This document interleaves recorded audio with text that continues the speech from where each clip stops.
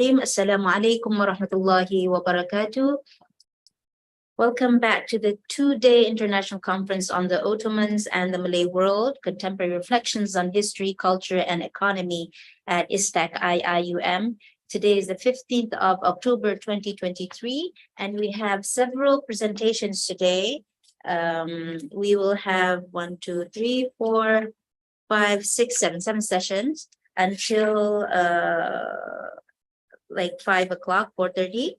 So the first presentation will be, it's me. So I'm Dr. Nurul from ISTAC-IIUM.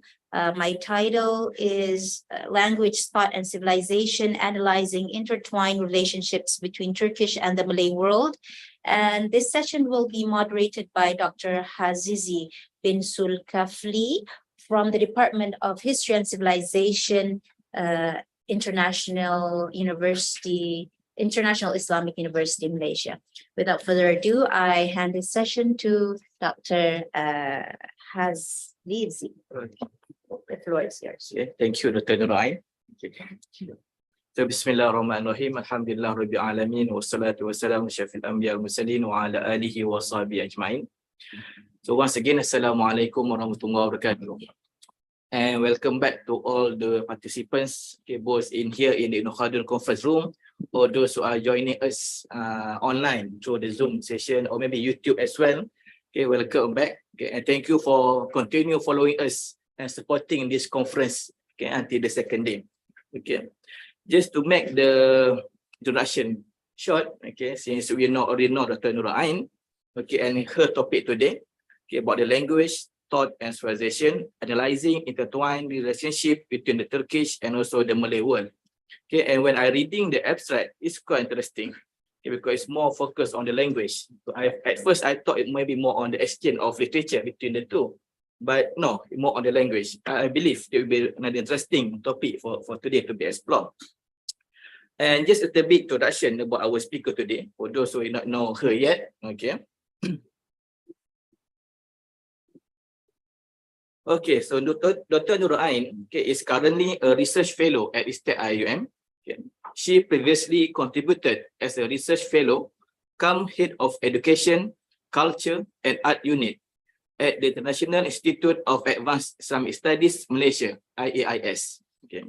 Her career started as a graduate assistant at the Syed Muhammad Nakib Alatas Library in 2011, and later as the head of publication and research at the Transworld Business Vision and Services Sdn Bhd in 2012. Okay. Her writing and research revolve around Islamic and Western philosophy, logic and critical thinking, education, children and family, and art and culture. Okay.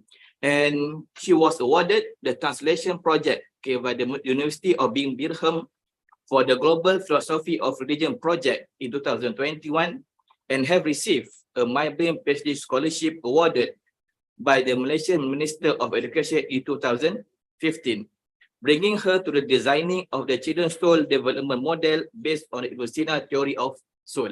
So that's the expertise of our speaker today. Okay. So I think without ado, okay, before we started the session, and I hand over the session back to Dr. Nurul, okay, just kind of reminder, okay, the structure of our session today.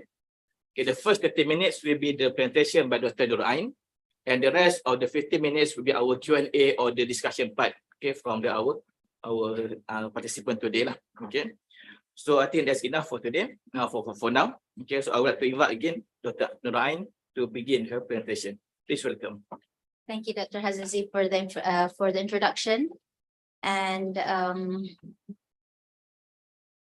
thank you.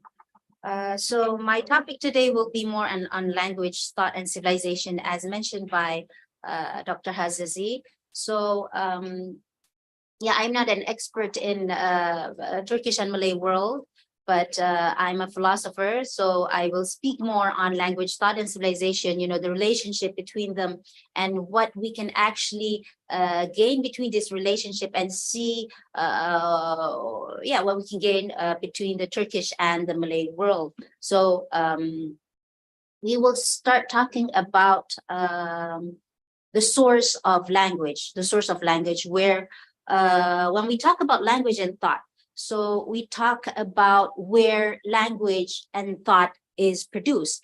It is produced, sorry, I don't have any PowerPoint, so everything will just concentrate on me. So it produces from the brain. Language and thought produced from the brain. So let's talk a bit about the brain before we go into civilization and Turkish and the Malay world. Okay, so as we know, the structure of the brain, the picture of the brain, it goes like this, yeah? And where inside the brain, there is like a ratio of oxygenated and deoxygenated blood in certain places where there is fires, neurons connecting together. So there's fires connecting between these neurons. And they need some oxygen back to get that fire again. And there seems to be a different magnetic property if the oxygen and the blood is oxygenated and deoxygenated. So I'm sorry, in the morning I talk scientific things, in the brain, I'm so philosophy. So there's like, the brain, and then there's neurons connecting together. There's oxygens, there's fires, these kind of things. And yeah. And what you actually see is, is a bunch of pixels. And these pixels is 3 milliliters, and then by 3 milliliters in a cube. And it goes anywhere between 1 second and several seconds between these neurons. And if you ask how many neurons are in the brain, the answer is about 125 billion per pixel, and each neuron is connected between 1,000 and 10,000 other neurons. And so there are tens and billions of connections and lots of security in that little pixel. So when we talk about language and thought, we are talking about that security happening inside that pixel. Do you get it? The neurons, the fires, and then the oxygen. So we're talking about that. But because we can't really picture that security in an image because it's so small and then so many things inside there, we know that there is something happening inside there. And the question arises is that how do these neurons actually, which have, the backfires and, propel axons together, how do ideas get into these neurons, and how are thought and language produced through these neurons? And even though there are like billions and trillions of connections, and how do you get ideas, thoughts, and languages? So we are going to talk about that today, and it seems that there is a consequences of these connections, including building of civilization. And why is this? Is that because from all this computational, a brain system, the cognitive system can make us understand on how we are much connected to reason. And between, because every of us human beings have reasons, we are connected between regions, we are connected between countries, we are connected between races, between languages, because we have one fundamental understanding or reasoning. And with this one fundamental reasoning about human, it is our understanding of language and what it is to be a human being. So as an animal, in philosophy, we call it hayawanatic, not because of that theory of evolution, but because of the classification of logic. You have the jins and fossil and everything.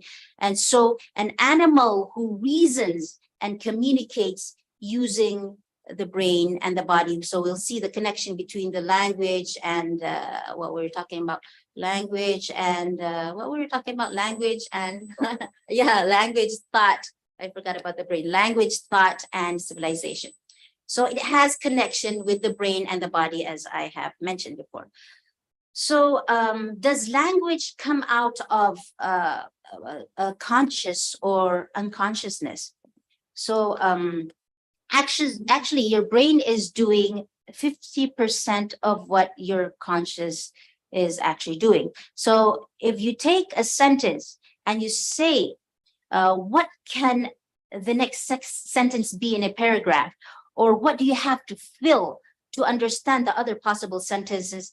The answer is you need to fill in 50 times as much as you need to fill in that gap there. So roughly, so in the brain, reasoning is happening in a security, and consciousness is happening actually in a linear condition. So science says that you can actually be tiny conscious of things that you're actually doing. So why I'm talking is this, that inside the brain, when we're talking, there's words producing, we're actually, we have frames inside our brain that are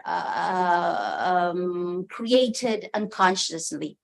You know, these frames created unconscious. So the hypothesis number one is language learning mostly comes out from our unconsciousness rather than reasoning. So in a way, you can say that language is not an innate thing. So like a Turkish boy in Malaysia to Turkish parents will only learn to speak Turkish if he regularly hears it being spoken and practiced within himself and the family and the surroundings.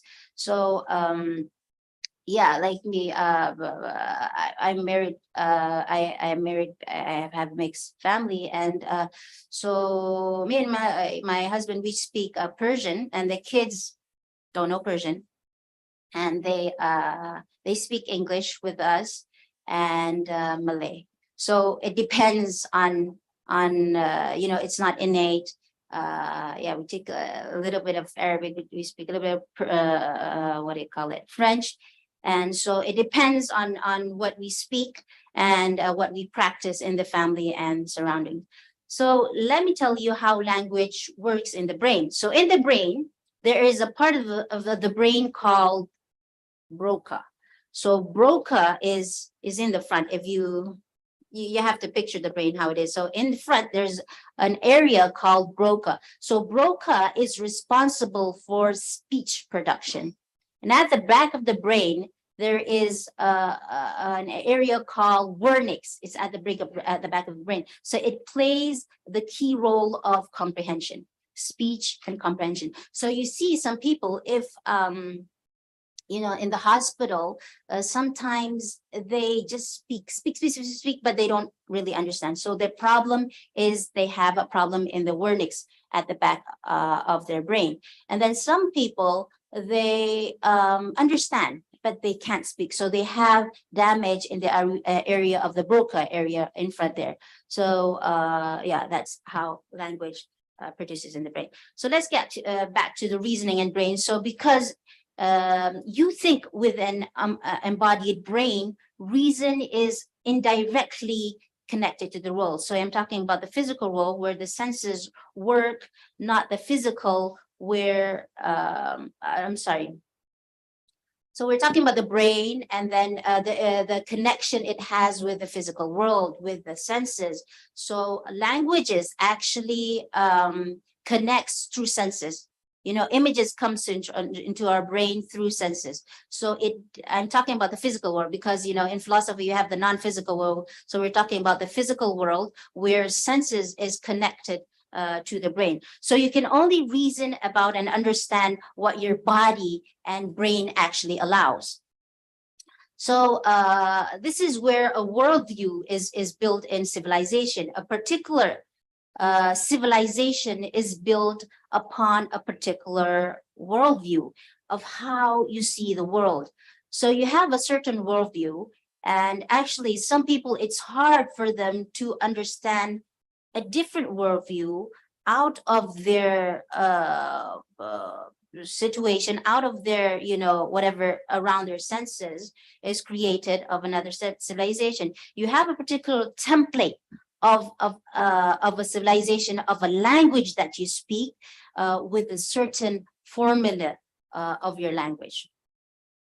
Okay, so inside the brain, there is something called image schema. Image schema is, the things you produce through your senses. You see, you hear, whatever things. These things actually create frames for the words. So when we learn a language, we learn Turkish language, we learn many languages. This frames comes inside the brain, and it creates an image schema inside the brain. So it appears in the brain, and the security happens. It carries all that inferences and imposes that structure in the particular brain. I'm talking so much about the brain. Okay, we'll finish about that. But I want to say that when a word produces, it actually, if you like you're talking about an elephant, for instance. Okay, you're talking about an elephant. You deny the meaning that carries within an elephant, but that frame actually is there. It's there. When you talk about a hospital, everything, the doctors, the nurses, everything comes inside the frame. Even that you deny it, it's still there. So this image is within the brain in whole of your life. And that's how language is also produced. It stays, there's a particular frame inside the brain that stays in the whole, throughout your life. So that's how actually the relation between language and thought. Okay, civilization, I've talked about how civilization can actually creates worldview and language and so on. Okay, so we have seen, we've talked about language, thought, and civilization. Now we want to talk about loan words, where there is, between countries, we loan words from many regions. For instance, now we're talking about the Turkish and the Malay world. And inside, when we loan words, let me remember what I want to talk about. Okay, language, why? Okay, why these loan words are happening? Okay, there's a book talking about Persian and Turkish loan words in Malay. I didn't have the chance to look at it, but there are many words that are loaned from the Turkish world and also the Persian world inside the Malay world. So why they're saying they're connected, this Persian to the Turkish, is that the Persian, there are many Persian words in Turkish, right? So they loan words. Why? Okay, why? Because it's, when we talk about language, it's not just about transmitting information and facts. It's actually, it does more than that. It reveals about who we are. It reveals about what we dislike, what we like, what our belief is, and who we affiliate with. So, and actually, when we, as a listener, with a speaker, we actually decode things, decode information without our self-understanding. And this is where the loan word comes inside. So the loan words, we loan words from different regions. Why? Because there are particular words, particular concepts that are not equivalent in a certain region. Yeah. For instance, in plants and animals, and more than that is that the social culture of concepts that are shared between the regions. Yeah. And so there we can see that between languages, when loan words happening, borrowing words from certain regions happens, it actually creates an identity for the language, and also it transfers rich layers of information within both cultures. Okay. So now if we see this, it's about the Turkish language here. So while most people know that Turkish is spoken in Turkey, fewer people know that the Kazakh language of Kazakhstan is a Turkic language. So there's Kazakhstan language, and then there's Azerbaijan. This is a Turkish language. How they actually categorize it geographically, yeah. So even in the pronunciation, the vowels, harmony, and then how the words and words order. We will see how words and words order actually affects the brain of how certain people actually, you know, they have certain cultures and then certain arts that they share within the region because of this language similarity. So in Turkey, they also have Kyrgyzstan, Chuba, Central Asia, and the Uyghur also, they speak Turkish, and region western of China, the Dolgan, Siberia, Chilam of Siberia. So the original homeland of the Turkic speakers is a matter of a debate, but was possibly somewhere in the north modern of Mongolia. All right. So here we see that the usual word, there's like subject, object, and then verb. In the Turkish language, you know, English, we put the verb in front, but then in Turkish, and I think in Persian also, they have the verb at the back. So as you see, well, I don't really in Persian language, yeah, in Persian language actually, because I'm really into Persian. So when we say it is like al-an now, al-an, meaning that it's not now actually, but it can mean afterwards, it can mean later. So these kind of things actually, it affects on the mind thinking of the people. But in German, when they're very particular in time, when you say now, al-an, now, it means really now. Like the when you call a plumber, they will ask you like you can't say like from the evening, the morning till evening, or like 3 till 5. You have to say a particular time because they're very particular. So I'm just saying that the words, that how it affects on how we think and how we react to the world. Okay, so the SOV, that's, you know, there are many theories in it. So I'm just giving one theory relating to it. Okay. And then, okay, as we see the language in the mainland of Southeast Asia, they, in this region, there's so many tones in it. That's what they say inside here. They said that in Southeast Asia, in the Malay world, people are like singing. So they're very dependent on tones. Yeah, one of the persons, when I was in, living in overseas, they were saying like, why are you singing? Are you speaking or singing? Because it sounds like, you know, there are many tones in our language. And they don't have, what do you call it? Characteristic of, okay, there is a widespread absence of marking nouns for gender. So you don't have really, they're not really particular in gender, and then number of case, verbs, tense, and aspect. If you see in Chinese language, when you speak of number 3, like 3 cats, it doesn't really mean that there has to be like 3 cats. It's just like 3 cats. But in English or in Spanish, I think, yeah, it can be in either ways. So I mean, it really particularly means 3. Okay.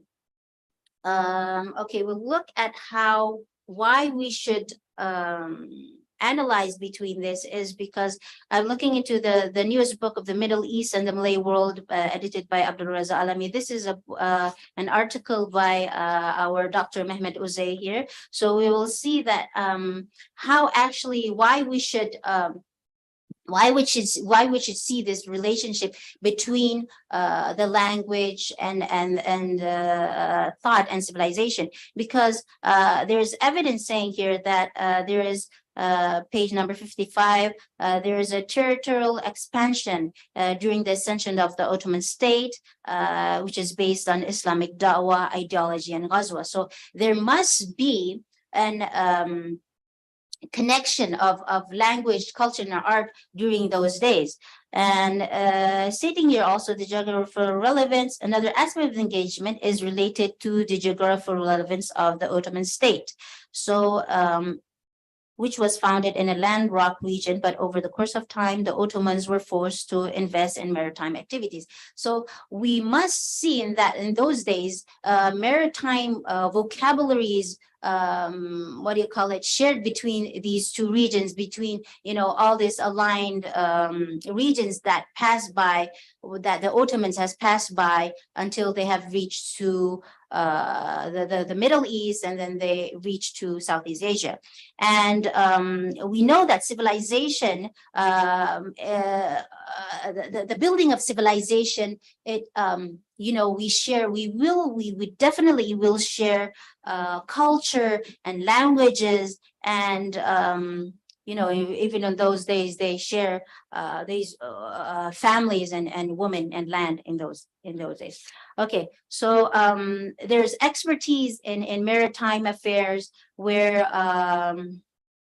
they have shared. And then this was saying in the initial years of 15th century, when the Mongols invaded the whole of Western Asia, including Asia Minor, Syria, and Iraq territories. So it comes from there. So there's many languages and even cultures and art have been shared throughout these territories, and then it goes to the Southeast Asia. So here it says in number 57, page number 57, Malay archipelago, where the Ottoman state first indirectly encountered the Portuguese by assisting the Mamluk states' defensive policies in the late 15th and early 16th centuries, again, the interventions of the Portuguese in the Red Sea. So we see there is territories coming, I mean, civilization and happening, bringing along civilization, bringing along language, bringing along culture and art throughout regions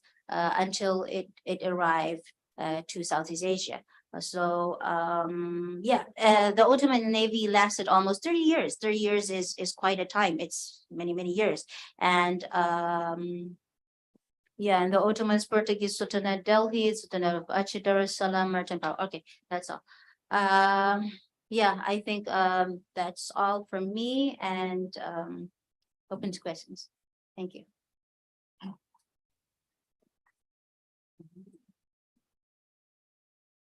Okay, thank you to Dr. Nurul, for her interesting part for the brain part. Okay, in the morning we learn about the brain, how it works, but interesting actually.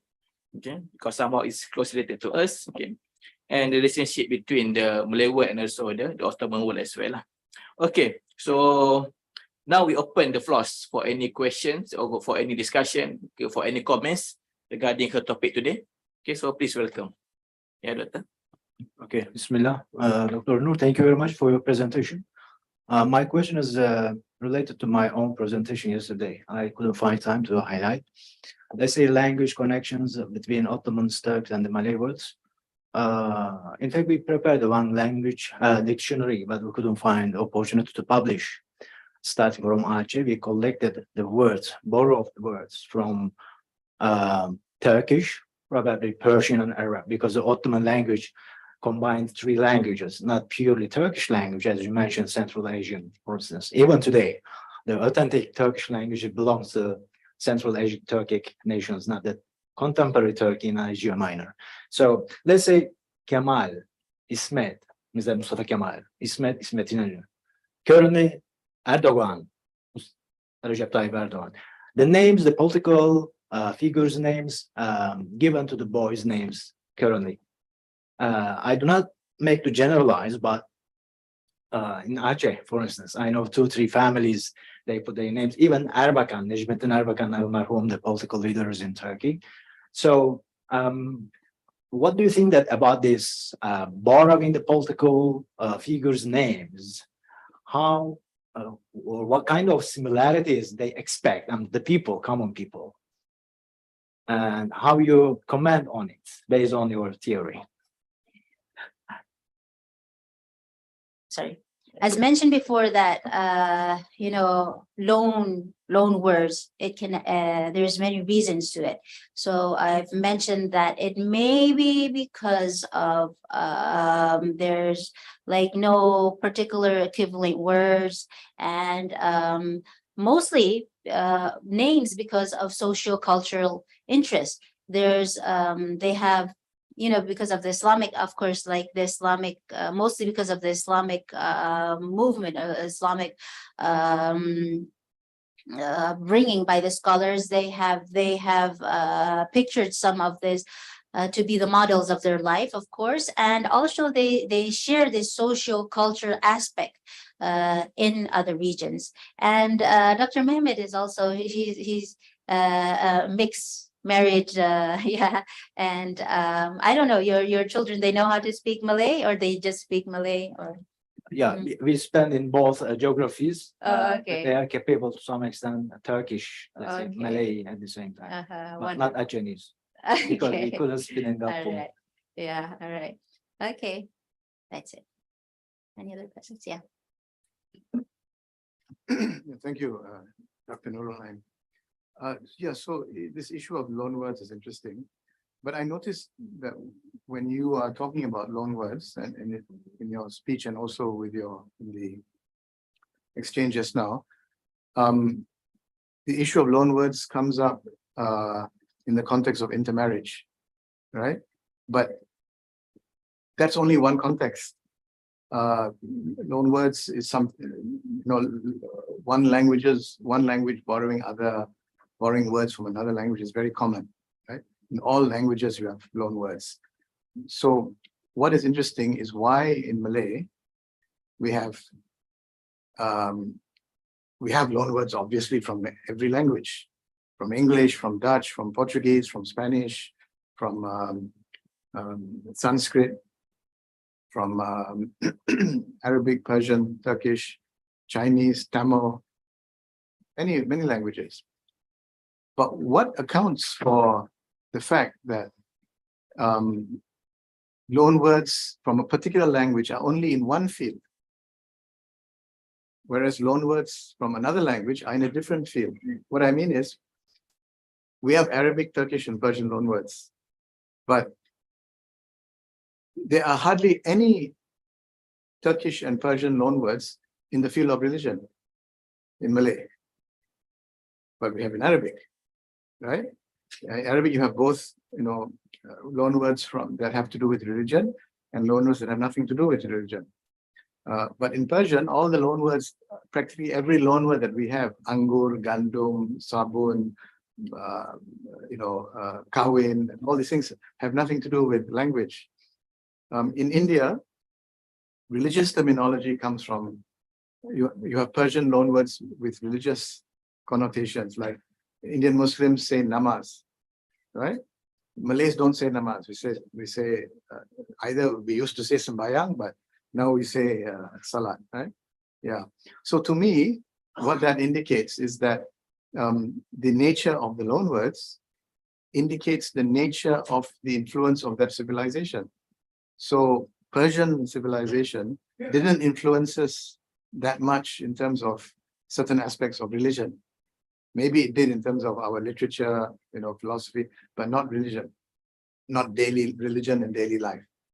Neither did the Turks have that influence, but probably the Arabs had more, because we can see from the loan words. So I think the discussion on loan words needs to reflect that difference.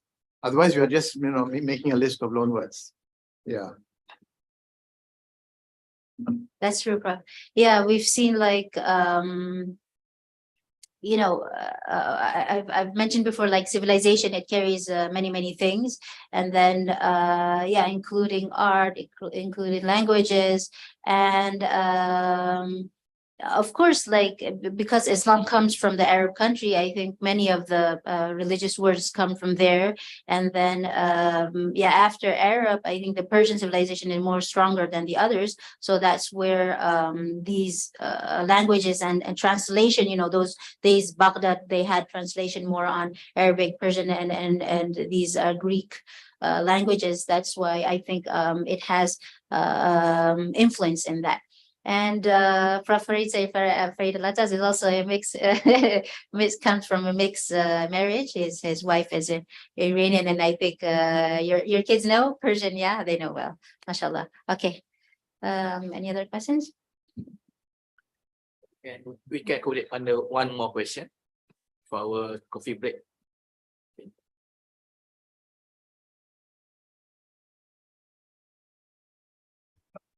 Razi, you want to say something about the Malay civilization? Malay civilization.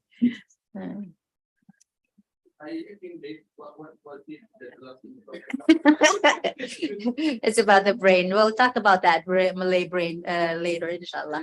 All right. Okay. I believe no more question. Or the last minute one. Go on. Okay, please. Entah apa, you can talk in Malay. Assalamualaikum. I'm sorry I'm not good in English, but I speak English. Saya tanya kalau macam untuk mungkin untuk dalam segi bahasanya tu Indonesia mungkin lagi similar untuk dengan Turkinya sekali rasanya. Betul. Bahasa dia. Sebab kalau tengok pronoun A, B, C, dia orang lain. Baje, sama juga dengan Turki. Juga ada beberapa kalimah di dalam bahasa Indonesia pun lebih kurang sama sahaja. Kalau nak tengok daripada kita punya kesan, kita punya bahasanya lebih kepada Arab. Dan kebanyakan bahasa Turki pun, kebanyakan 50% pun bahasa Arab. Jadi mungkin kesannya kalau untuk civilization, untuk tamadun tu mungkin kurang. Kalau bahasanya mungkin kepada bahasa Arab, mungkin lebih kurang sama sahaja. Yeah. Kalau untuk kesan lah, untuk segi bahasanya tu. Yeah. Okay, baik. So let me translate it, but he was mentioning that the Indonesian Malay language is more similar. They have similar vowels, sounds to Turkish language rather than Malay language. I think Malay language is more modern, contemporary. So our roots comes from Indonesia actually, and the Turkish comes to as I said before, it comes through Aceh to the Malay archipelago. It goes through Aceh and coming to the Southeast Asia region. All right, yeah, thank you. Might ask something, probably about language and all that, for today's conversation. I'm interested to know about the origin. Okay, because right now when you say Turkey, you look at the Anatolia region, right? Where else historically the Turkish people were somewhere from, I think, was it above Afghanistan or something like that? Okay, there is actually, if you look at some sastra Melayu lama, the old Malay literature, for example, the story of Kambayat Negara and something like that, about the kingdom of Malay, kingdom of Champa, they talk about relationship with some Turkish countries, but they are different to that part. So I wonder, in current Turkish people memory, do they have that knowledge of the Turkish origin in somewhere above Afghanistan or Jokomali? Is it something like that, right? I'm just wondering about that. Well, I'm not a Turkish. Maybe someone from the Turkey can answer.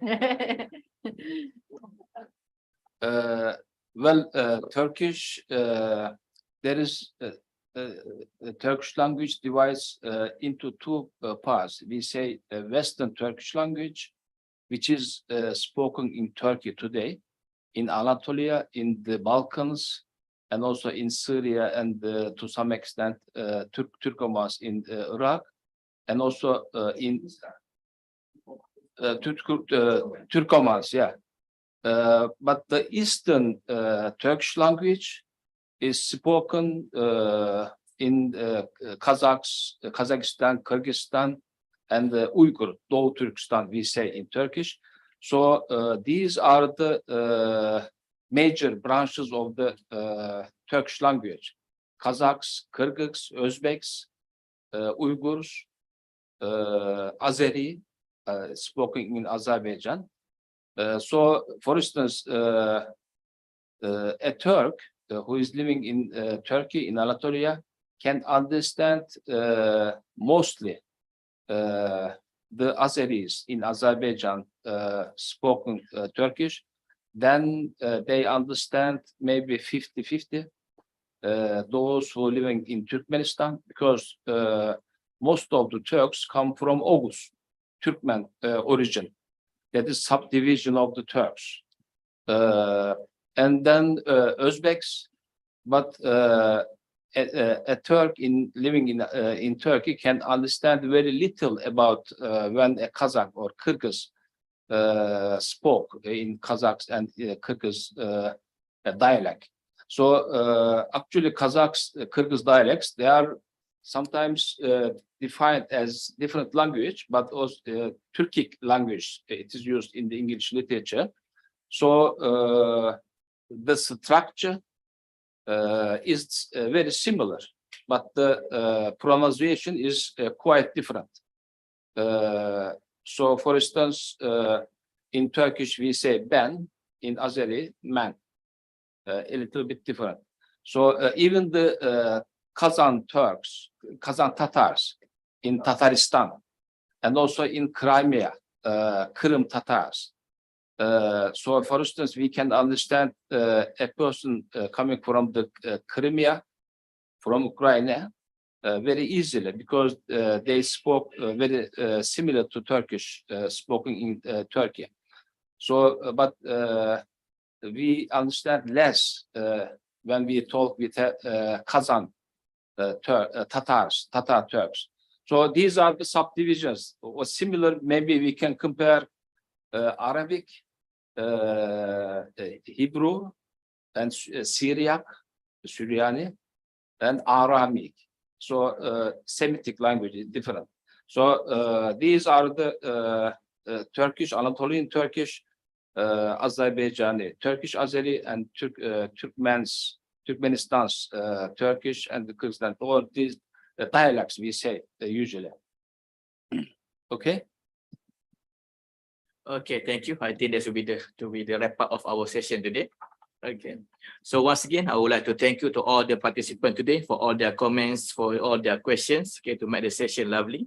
And once again, thank you to Dr. Nurul, okay, for her presentation. And maybe I just want to note, okay, regarding Prof. Farid's suggestion, okay, on the nature of loanwords. I think that we're interested, we further explore about the topic, okay, regarding the nature of, is it happen naturally or happen purposely by the Malays to select certain words only for certain field? Okay. I think that's all for today. Okay. I think after this we have the coffee break for another 15 minutes. Okay, before we begin this next session on the 11th. Okay, once again at 11 a.m. Yeah, 11. Yeah, 11 a.m. Okay. And the coffee break at the I think next room coffee break for the all. Okay, once again, thank you. Assalamualaikum warahmatullahi wabarakatuh. My pleasure.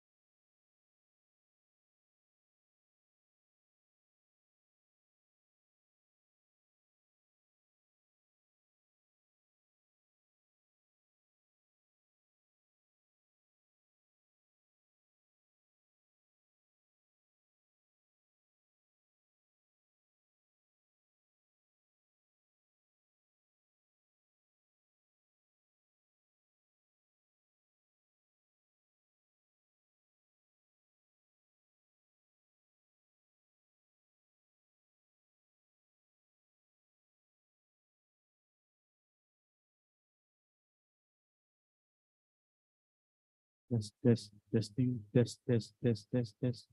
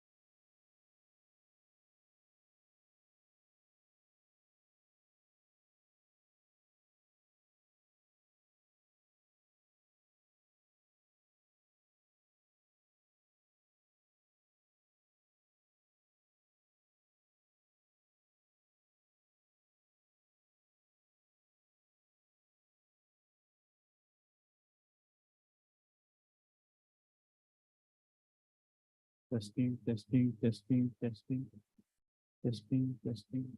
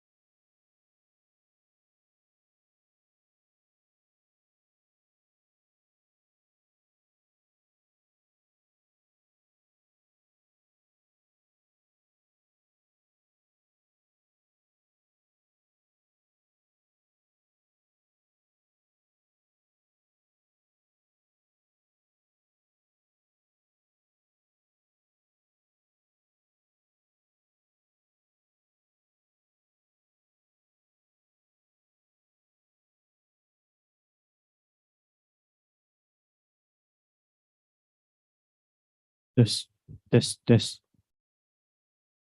test, testing, test, test. Kabel tu ke?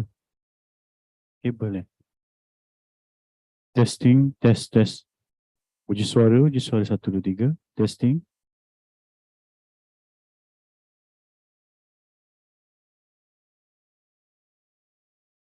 Testing, test mic 1, 2, 1, 2. Pakai ni je lah. Testing. Testing, test. Testing, test, test. Testing, test, test, test. Testing. Testing, test mic 1, 2, 1, 2. Uji suara 1, 2, 3.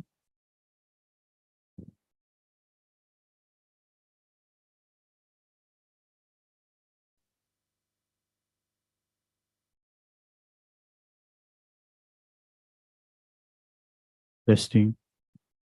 Terima kasih.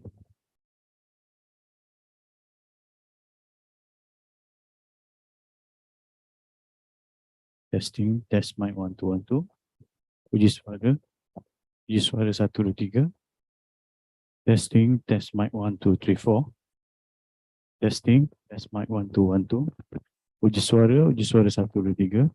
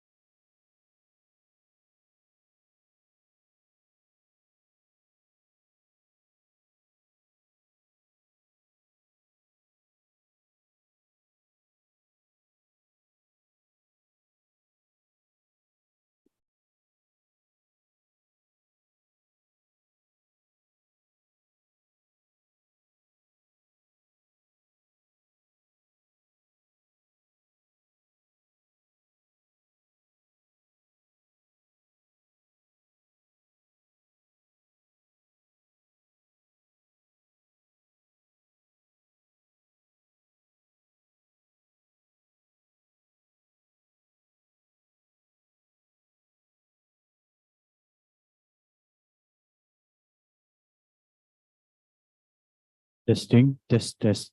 Testing, test, test. Uji suara, uji suara.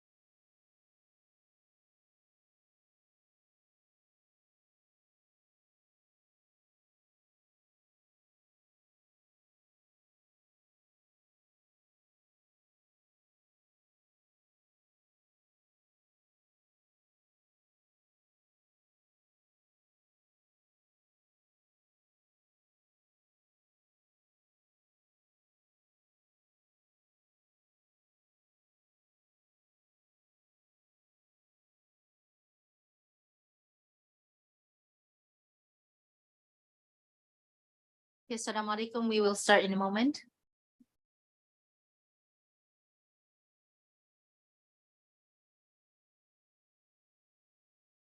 Okay, Bismillahirrahmanirrahim. Assalamualaikum warahmatullahi wabarakatuh. We will continue with our next session, which will be on the Ottoman Sheikh al-Islam in the Philippines, Mehmet Vechi Efendi. Our speaker is our Honorable Professor Dr. Ismail Hakkı Göksoy, Department of, did I say it right? Göksoy? Göksoy, Department of Islamic History and Arts, Suleyman, Demirel University. And our moderator for today is Brother Tayfun Akgun. Okay, the floor is yours.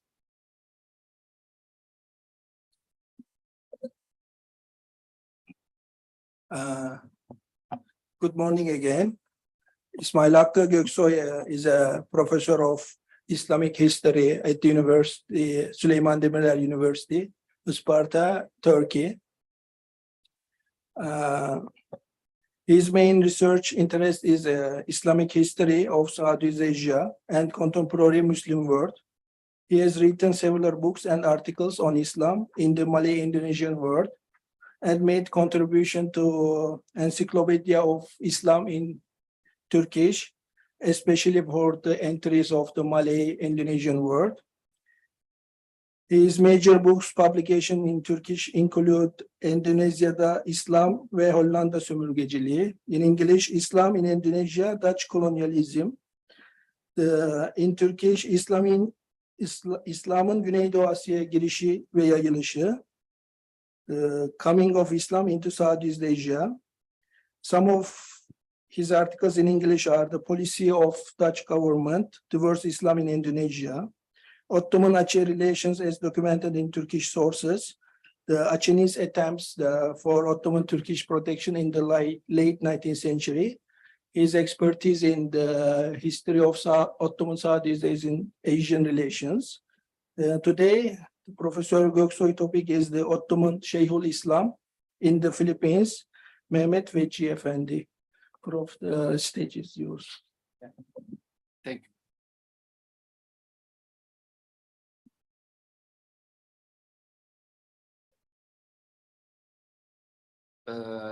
Dear brothers and sisters, I will talk about a particular person today who was appointed by the Ottoman government to the Philippines to Mora region.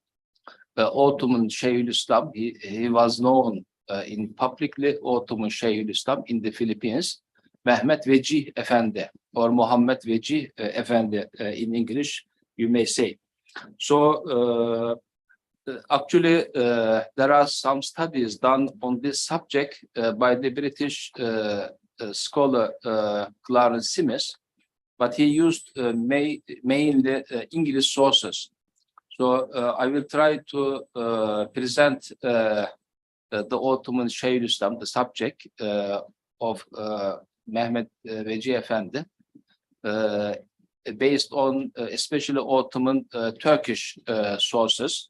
So what kind of activities he did in his life, and the appointment of his appointment, the subjects and discussions around him. I will try to talk about him. So I mean, let's firstly maybe we can just remember that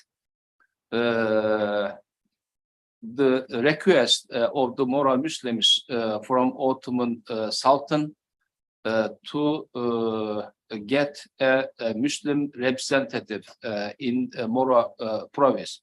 When the American army, I mean, began to invade or occupy the Philippines area. So when the northern areas were pacified by the American army, but in the south, the Mora Muslims area, they resisted to the American administration from the right beginning until 1915, when the Sulu Sultan, I mean, surrendered to the American rule and signed an agreement with the American administration. So from the early days of the American occupation in the Mora province, the Mora Muslims tried to get a Turkish representative from Turkey to deal with the American administration in the region. So, for instance, they sent a letter to the Hijaz governor, Ottoman governor in the Hijaz, to get a Turkish religious representative in 1899. So later on, the Ottoman government appointed a consul general to Manila in 1911. Even Ottoman general, consul general Necip Halil Bey also reported to the Minister of Foreign Affairs in Istanbul, saying that the Mora Muslims want, I mean, Turkish teachers to teach them Islam, and also to teach to give some advices to the Mora Muslims in their relations with the American administration. Even the Consul General, I mean, said that the salary of these teachers can be paid by the local administration, education department of administration in the Mora area. So we know that from the right beginning, the Mora Muslims wanted a representative in their province, especially in dealing with their American administration, and also in teaching advice, giving advices, and this kind of things. So towards this idea, the American administration look some of them very negatively, but later on the governor of Zamboanga district, Major John Park Finlay, because he established very good relations with the Moro people, and he was very in favor of establishing dialogue with the Moro Muslims in order to suppress the Moro unrest against the American administration. So he approached this Moro argument very positively. And in March 1912, in Zamboanga, especially in the center of Sangay town, the Haji Abdullah Nuno and the 58 other Moro leaders prepared a petition, a letter to have a Turkish representative in Moro region. So they choose American Major Finlay as the delegate, Vekili Mutlak in the letter it is said. So originally this letter was intended to be delivered to the Ottoman embassy in Washington. But they say Finlay, when they get the letter, so that is the Moro letters cover, front cover with the Moro flag, and also the back cover of the Moro petition. Inside it is Arabic. So we have Arabic version of this letter in Ottoman archives in Istanbul, and also in original form in Tagalog language. It is also in the archive. English, there's the English version, and these published by the İsmail Kadir's book, Ottoman and Southeast Asian Relations, Sources from the Ottoman Archive. So we have some research also done by a Japanese scholar on specific letters. So this is the picture of delivering the letter to Major Finlay. In the middle, he was very, a tall person and very big person. I think it is 125 kilo in the some his opponents in the English writings it says. So ceremonially they delivered the letter. John Park Finlay, Haji Abdullah Nuno next to him, and the other Moro leaders in Zamboanga city in Moro province. So Finlay went to Washington, but initially he, from the right beginning, he wanted to deliver the letter not to Ottoman ambassador in Washington, but by going to Istanbul in person. So he wanted to deliver the letter in Turkey himself. So for that reason, he, made contact with the American Chief of Staff, and also the other Minister of Defense at that time, which is called Minister of or Secretary of War, and also American President. So at that time was Republican President Taft was in power in duty. So the president not looked the case not positively. So he even referred to the cabinet to be discussed firstly, and then we can decide. But in November 1912, after the election, newly elected Democrat President Wilson approved the visit of Finlay and the delivery of the letter petition to Istanbul. So even he telegrammed,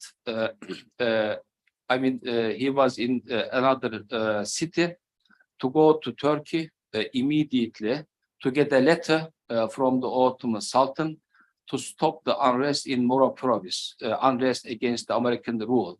So later on, Finlay arrived in Istanbul in March 1913, and initially he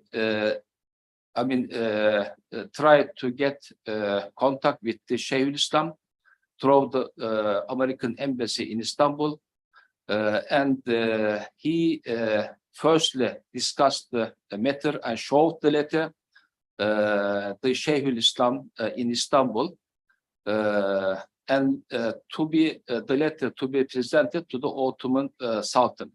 So Seyhul Islam agreed all these opinion, and the contents of the letter also were told to Seyhul Islam, Mehmet Esad Efendi, who was at that time. So petition was presented to the Sultan, and the Sultan ordered the government, the cabinet, to discuss the matter. So Minister of Council of Ministers, Meclisi Vekala, we say, discussed the case and approved all the Mora requests. Initially, Finlay also wanted a letter from the Caliph addressed to the Mora Muslims. So he wrote a memorandum what kind of context can be included in the Caliphate letter addressed to the Mora Muslims. So in this memorandum, some these immoral activities of Mora Muslims were mentioned. So they were advised to stop these kind of activities and also obey the government rules. In the letters, these kind of things should be mentioned. So later on, the government decided that the letter should be prepared in cooperation with the Seyhul Islam office.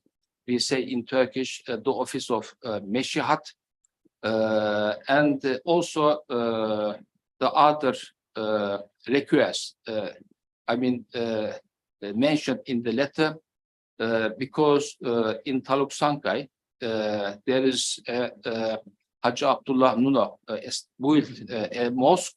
So he wanted to bring some Ottoman souvenir, calligraphic and decorative items to put on the mosque.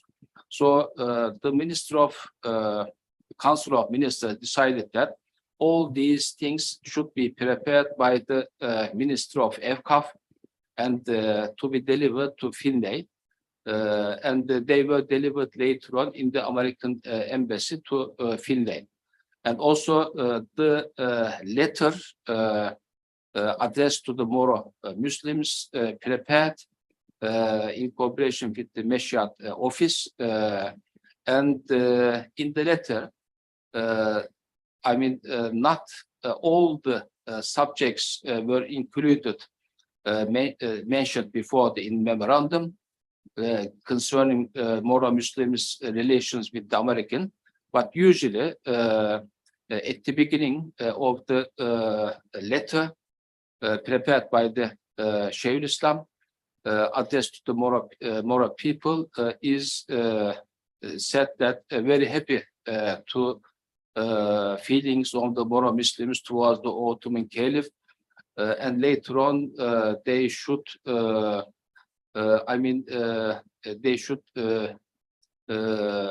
remove their old habits, slavery, killing non-Muslim people, and these kind of things. But the letter did not mention any thing Moro Muslims relations with the American government. So later on, Finlay was also accepted by the Sultan Reşat in the Dolmabahçe Palace. Half an hour they talk, and Finlay was given a Mecidi order medal with the third degree for his services to Moro Muslims. All the Moro requests were accepted by the Ottoman government. So he stayed in almost 1.5 months in Istanbul. Also, he made some contacts with the American circles, especially American college, American Girls College that was in Istanbul, American Embassy, and the newspapers in those times in Istanbul. For instance, Sebil Reşat and İştihat, one of the, you can see the picture of Finlay, and also some pictures brought by Finlay given to the press were published in the Turkish newspapers. So Finlay was regarded the real delegate of the Moro Muslims, and the American and the Ottoman relations discussed also in some press discussions. So in the end, after the about concerning with the choice of the person, so Mehmet Vechi Efendi, who was at that time was a clerk in the office of Meshat, was chosen to go to Philippines. So who was Mehmet Vechi Efendi? I will try to give a few remarks about him, his education and his career. He was born in Nablus in Palestine. He spoke Turkish and Arabic as mother tongue.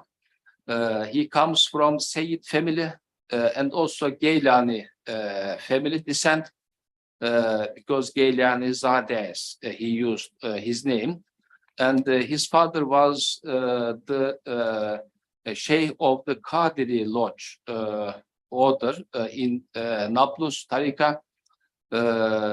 And he received both religious education and also formal education in Nablus. So religious education from his father and also some other teachers or hojas in Nablus city. Icazetname in Quran, in Hadith, and also in other subjects. And the formal education, we say İptidaiye, School of İptidaiye, and İdari schools, Mektep schools. So after the graduation, or about 18 years, when he reached 18 years old, he began to work as a teacher at madrasa schools and state schools until 1909. So later on, he even went to Istanbul to become a cadre, district cadre. So for a short time, he worked in Kütahya province in sub-district as a cadre, and later on returned to Nablus again. But after the second constitutional revolution, in 1909, he went to Istanbul again and passed some exams and tried to learn also German and English language, because he learned Persian and French in the Turkish schools in Nablus, and he was very multilingual person. So American newspapers, when he went to America, usually describe him as a linguist, multilingual person who spoke 6 languages. 2 of them were as mother tongue, in fact, Turkish and Arabic. So later on, he became a katib in the Meshat office. And he engaged in some commissions. He was very, knowledgeable person. So he was chosen by the Seyhul Islam office to go to Philippines.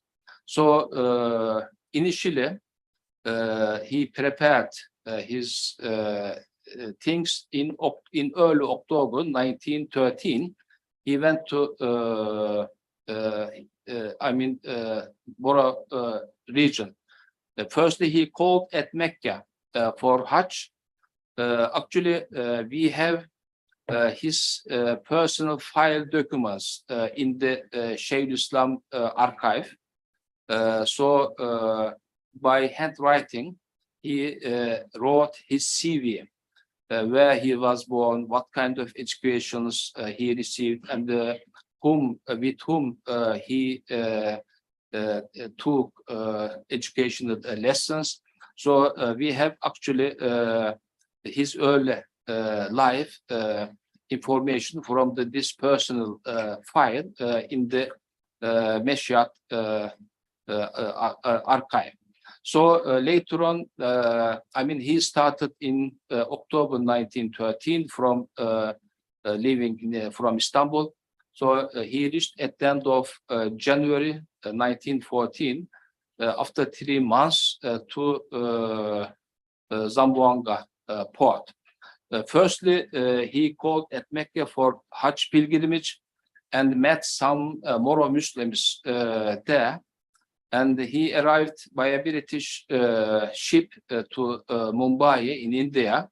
So 1 month he traveled Indian cities in Bombay, Delhi, Aligarh, Bhopal, Agra, Deoband, and Calcutta. His last destination was in Calcutta, but he met a lot of Muslim personalities there. For instance, in Aligarh, he visited Anglo Muhammadan College established by the Sir Said Ahmed Khan. And in Deoband, for instance, he met the founder of the Diubendi madrasa, traditional madrasa. In Accra, he visited the Taj Mahal, and also in Accra, he participated in the Conference of Islam, organized by the Indian Muslim personalities, but participated by the Western Orientalists as well. He spoke in every place where he went. Even in the conference, he spoke a little bit, very short subject. So then from Calcutta, he came to Penang. Then he arrived in Singapore. So in Singapore, he stayed initially in a hotel, but later on, Sayyid Muhammad al-Saqaf sent his son to bring him to his mansion, his house. So he stayed at Saqaf's mansion in Singapore.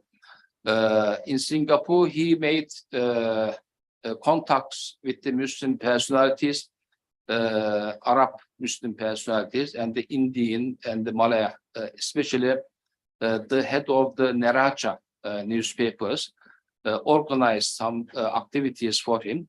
Even in the sea, they took him to travel in the sea. In his letters, he mentioned very properly what kind of activities he got. So when he came to Mumbai in India, he began to write his experiences, what kind of activities he did, with whom he spoke. So Philippine letters, one. So he wrote 8 letters.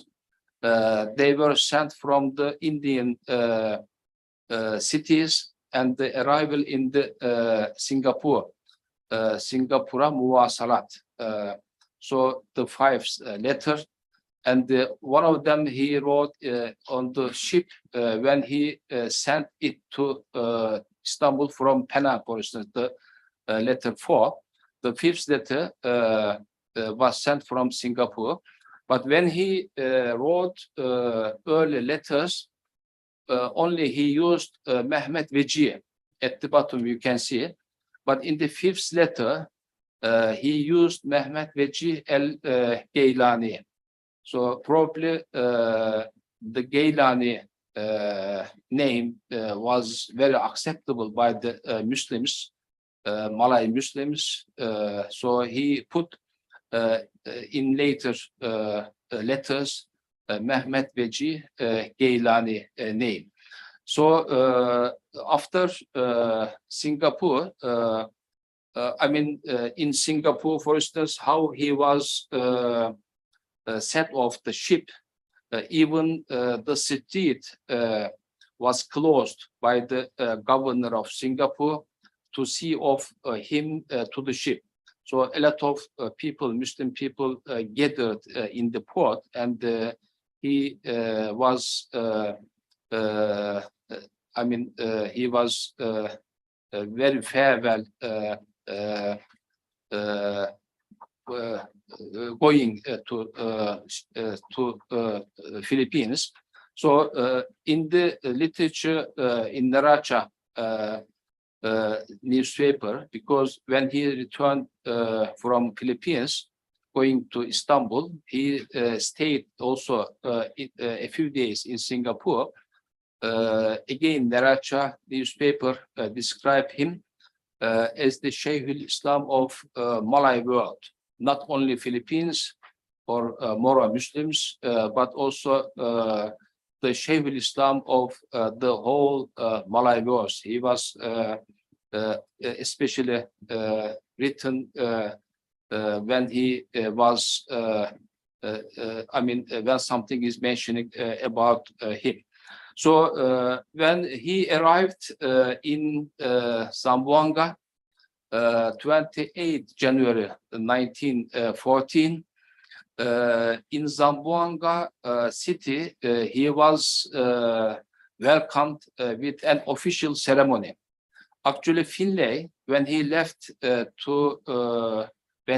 Istanbul, he went to Washington, then came to Manila. But the new Governor General in the Philippines, he did not appoint Finlay again to Zamboanga in Moro province, but he appointed him in Manila. So he brought letters and some important decorative and calligraphic souvenirs from Istanbul. He delivered these items upon the order of the Minister of Defense in Washington in late November 1914. Initially, Finlay thought that so when Mehmet Vechi Efendi came, they wanted to give these souvenirs, but later on, because the late coming of Mehmet Vechi Efendi, so Finlay gave the souvenirs and the letter to Hacı Abdullah Nura in a ceremony established in Zamboanga city, in Taluksangay city. So later on, when Mehmet Vechi Efendi came to Zamboanga, he was welcomed with a ceremony. So very interesting. Later on, one American Secretary General to regional governor. Zamboanga was also center of the Moro province during the American rule, Roger. So after his retirement, he said, he described the event. It was a bright and sweltering day when the appointed one of the Sultan of Turkey arrived. Major Finlay was on the dock to meet him, and also several hundred Moros, including all the Moro Piris, I mean, that means imams, in the vicinity. It was indeed a very interesting looking crowd, and I had never before seen so many varied robes and umbrellas in my reception committee, which had gone on board to meet him. I was introduced to him by the major, Finlay. I do not remember his name, but his title, I was told, was Seyhul Islam. At least it was by his appellation that he was known while among us. So he continues Seyhul Islam's description. He was a very pious man, taller, slender, about 30 years of age, and very fair and fine complexion. He wore a long and dark brown robe and a white turban. He was decent, but of very polite manners. He spoke a little bit English. So he describes all these events. So with the ceremony, official ceremony, Finlay was taken to military barracks there in Zamboanga. He stayed during his stay in Zamboanga in the military barrack. And in the following days, Vechi Efendi, Finlay tried to organize meetings, public meetings. He also together, Finlay and Mehmet Vechi Efendi. Yeah, I will try shortly. For instance, one meeting was held in Taluksankai. 10,000 more people in the reports gathered around him.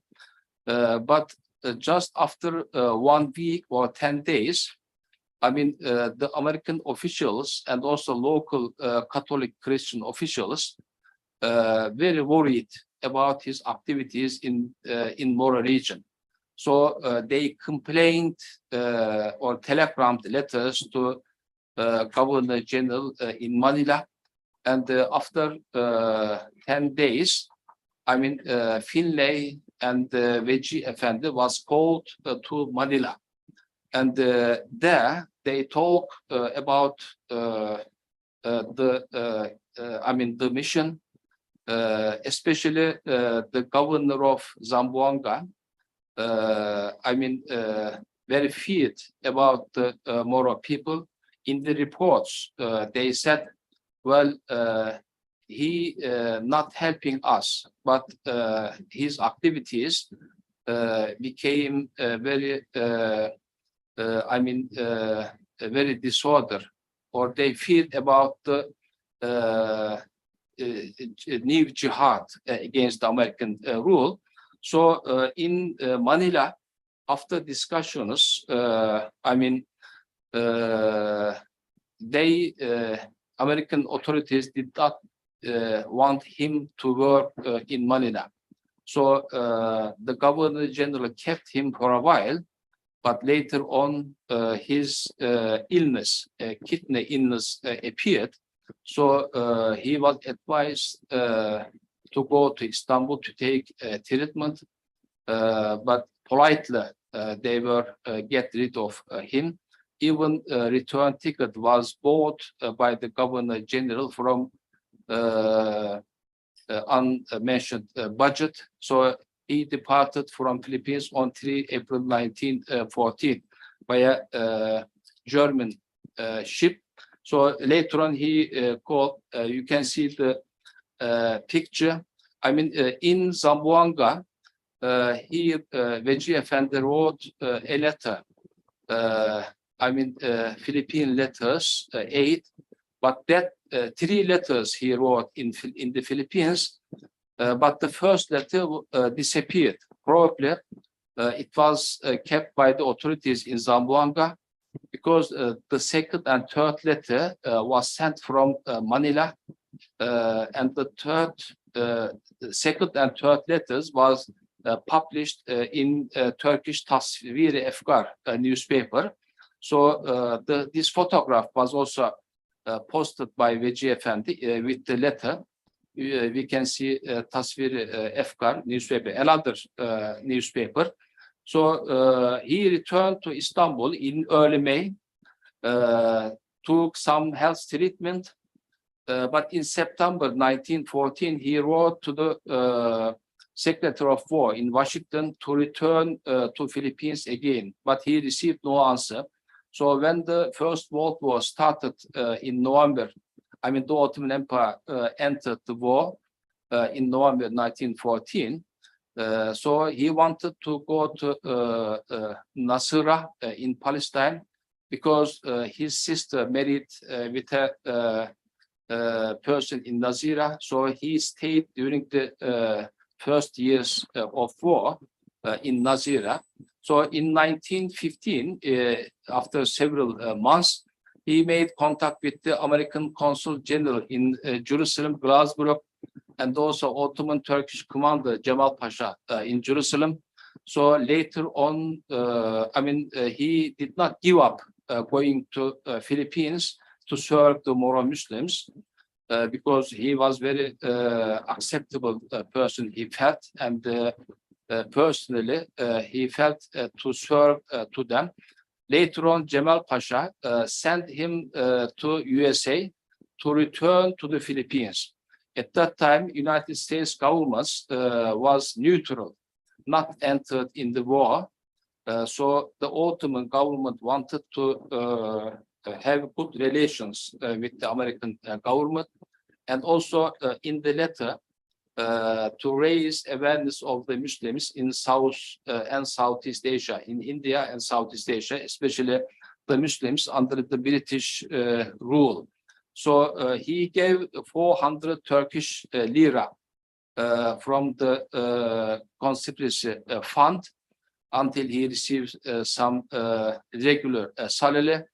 But the communications with the American embassy in Istanbul and the consulate in Jerusalem, when Vechi Efendi left the ship from Beirut port, the American government did not approve his mission, his coming to United States. So he went first to Barcelona and reached in 12 August 1915, he arrived in New York. So we can see the New York Times picture.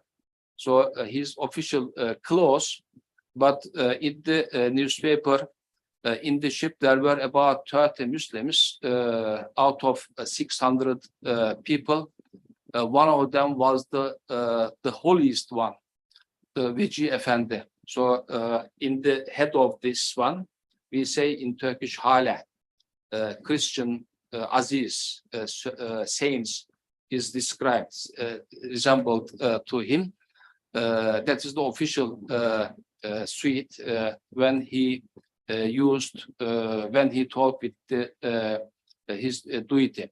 So in the USA, firstly, he lived Philadelphia, but tried to wrote to get contact with the American president, Minister of Defense, Chief of Staff. Only he got have talked with the American Chief of Staff, but later on his kidney disease appeared again. He moved to Virginia in Richmond. So 4 May 1916, he died in the hospital. So later on, Turkish imam in the New York Mosque connected with the Turkish embassy official imam. He performed his funeral, prayer, because in Richmond there were a lot of Lebanese and Palestinian Syrian origin Ottoman subjects. So he stayed there. Today is his tomb and grave we discovered recently with colleagues working in the Richmond University, especially my friend, colleague Ismail Hakkı had contact with them, and they we had a picture from him. Nearby him as a German Rotary person, but in the future, I think Turkish government try to make a grave there. Thank you very much. In the end, well, he was very modern outlook, and very intelligent person, but he couldn't, in the end, he couldn't do his duty very properly, and he died at very early age, in 34 years in America. Thank you very much.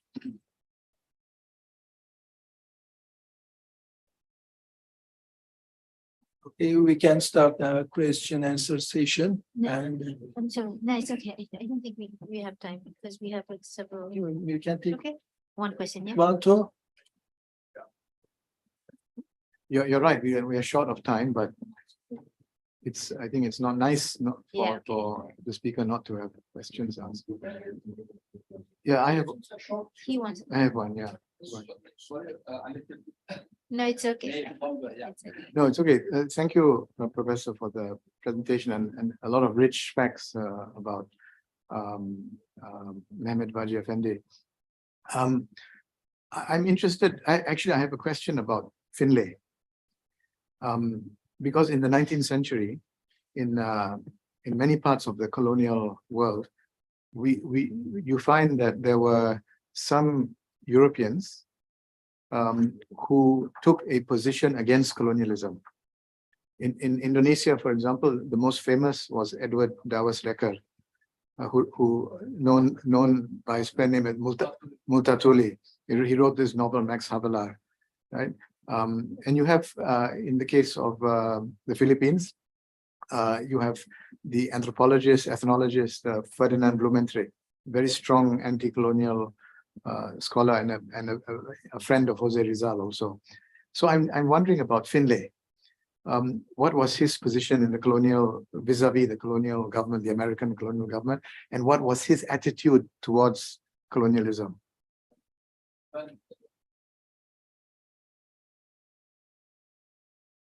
In favor of a dialogue with the Moro people. So, I mean, there was different methods of difference approaching to the Moro Muslims.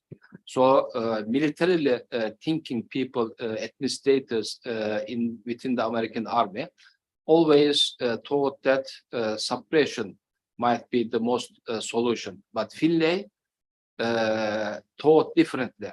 So, if we respect their religion, their culture, and also if we establish dialogue in good terms, we can educate the Moro people, and we can, get rid of Moro resistance. So that's why he established very good relations in Zamboanga with the Haji Abdullah Nuno and some Moro leaders.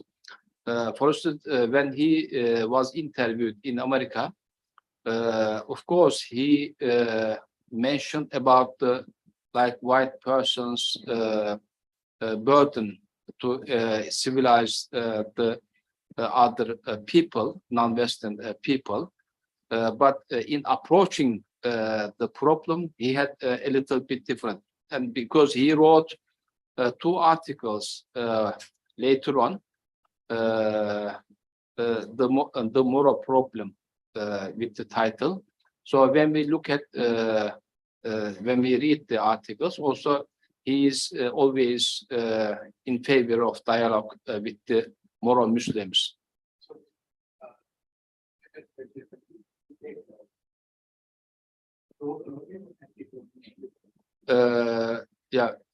Anti-colonial rule. So he was an Ottoman. He was not in favor of, military solution or other things.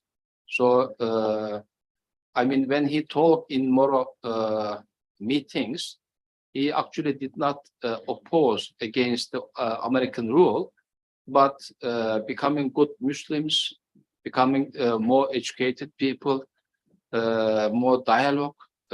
He talked this kind of things.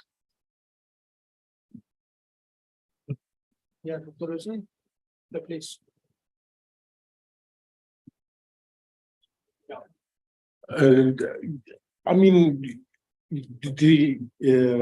I think Finlay was not that the type of an anti-colonial figure. He's within the Dutch colonial policy, where this ethical policy, he was a person that was nearer to that position. And Vechi Efendi's role in this entire story is not an anti-colonial function. In fact, he was within the colonial paradigm seen as a vehicle that was suitable for this ethical policy to the extent that I am familiar with the issue. My question is about the title. I mean, I had this question always in my mind. We couldn't discuss this issue with you because we had lots of other things to talk about. The title of Vechi Efendi. In official term, initially he was going to be appointed as muallim, teacher, but the appointment in the official appointment, he was described deputy Şeyhülislam Vekili. That is the point. I mean, because I think the main idea is that he should be more representative, more official frame for him. That's why that word was chosen. Hocam, Şeyhülislam Vekili in English can mean deputy of the Şeyhülislam. Deputy of the Şeyhülislam, yeah. Or deputy Şeyhülislam. Or deputy Şeyhülislam. I mean, Deputy Şeyhülislam and deputy of the Şeyhülislam. Şeyhülislam Vekili in Turkish. And I think, I mean, in Turkish, Şeyhülislam Vekili, deputy Şeyhülislam is something second to the Şeyhülislam. But deputy of the Şeyhülislam to Philippines is something different. I think Şeyhülislam Vekili, the kind of Vechi Efendi was he was a deputy of the Şeyhülislam into Deputy of the Şeyhülislam, yeah. We can maybe in our English text we haven't been Deputy Şeyhülislam be used. Deputy of the Şeyhülislam to Philippines. We should probably use that. So Why we don't say the representative of Şeyhülislam? Maybe for Vekil sometimes means a representative or can be. Vekil. Yeah, I mean representative from the Şeyhülislam office, because when you say representative of deputy Şeyhülislam, deputy of the Şeyhülislam, so within among the moral Muslims, it will have more, I mean, more acceptance. Because maybe the we Roger have, say we always look we know him Şeyhülislam in his report. I mean, we may have been manipulated, but the English language sources on the topic, they do use this deputy Şeyhülislam title. We should have been questioning these points more on the basis at that time, Şeyhülislam didn't appoint any person with that title. I mean, in outside Ottoman Empire, that is very extraordinary.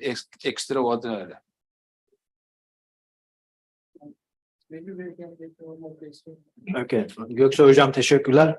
Thank you very much, Prof. Göksoy. Probably Ahmet Bey will answer. I think at that time, Ottoman authorities did not request health report from the candidates, right? That suddenly emerging this illness quite interesting or strange. My question is about why did he travel through land road, not to Alexandria, Suez Canal, Langsung, directly to Penang or Singapore?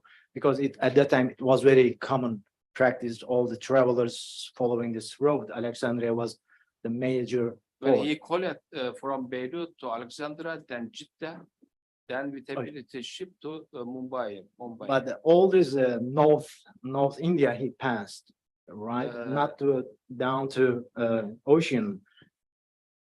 Is that my question is there any hidden agenda of the Ottoman authority to send him through India? Thank you. I mean, when they sent to USA, No, to Philippines. to the Philippines. Because he goes all this land road of India, the very significant place. He visited even the Madrasa Deoband and Yeah, this Khan's place. So these are signing something to us or just Well, incidental? I mean, because within the Indian Muslims at that time, there were very, I mean, a lot of communications with the Ottoman Empire.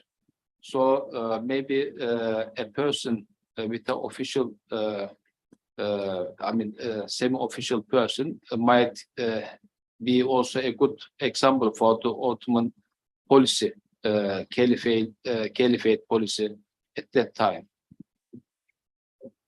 About the illness, I mean, before leaving October 1913, he went to the doctor in Istanbul because we have a visiting visit. I mean, visit to doctor. We have that document in his file. Huh? No. Visit doctor. He went to doctor. So his stomach illness started before going to Philippines. So he had that problem again in Manila and also in Philadelphia. He had the same illness. So that's why his death was very early. Yeah. Well, thank you so much. It was very informative. The question I have is, he could be sent to Philippines with any title, like a diplomat or any other kind of title he could be sent. But he was intentionally sent by the representative of Seyhul Islam, which was extraordinary. Yes. So was that because of the demand or the request of the Finlay that that title, specific title, was established, or it was completely the decision of the Ottomans? Well, in the newspapers, for instance, when Finlay was interviewed, usually in Turkish, the word muallim in Sebil Reşat magazine, when his appointment became clear, in that also he was referred as a muallim of Seyhul Islam. But in the official document, Seyhul Islam Vekili, deputy of the Seyhul Islam, it was produced. I think to give more power. Just one. Very quickly. I think, can I just, I'm sorry about this because it will go on and we're already late. Just one. No, please. I think what we can do is we can take it offline. No, please. We will discuss I it. was wondering about the Jilani thing. Is he a descendant of Uncle Jilani? Excuse me, can we please, you can have a discussion on that during the lunchtime, okay? It's better because otherwise it will go on and the next speaker, we have to be considerate to the next speaker also. Okay, thank you. Yeah, we personally we can talk here. Okay, thank you so much. We must cut. Thank you very much, Ismail, Noja. We now have a token of appreciation to the moderator and the speaker.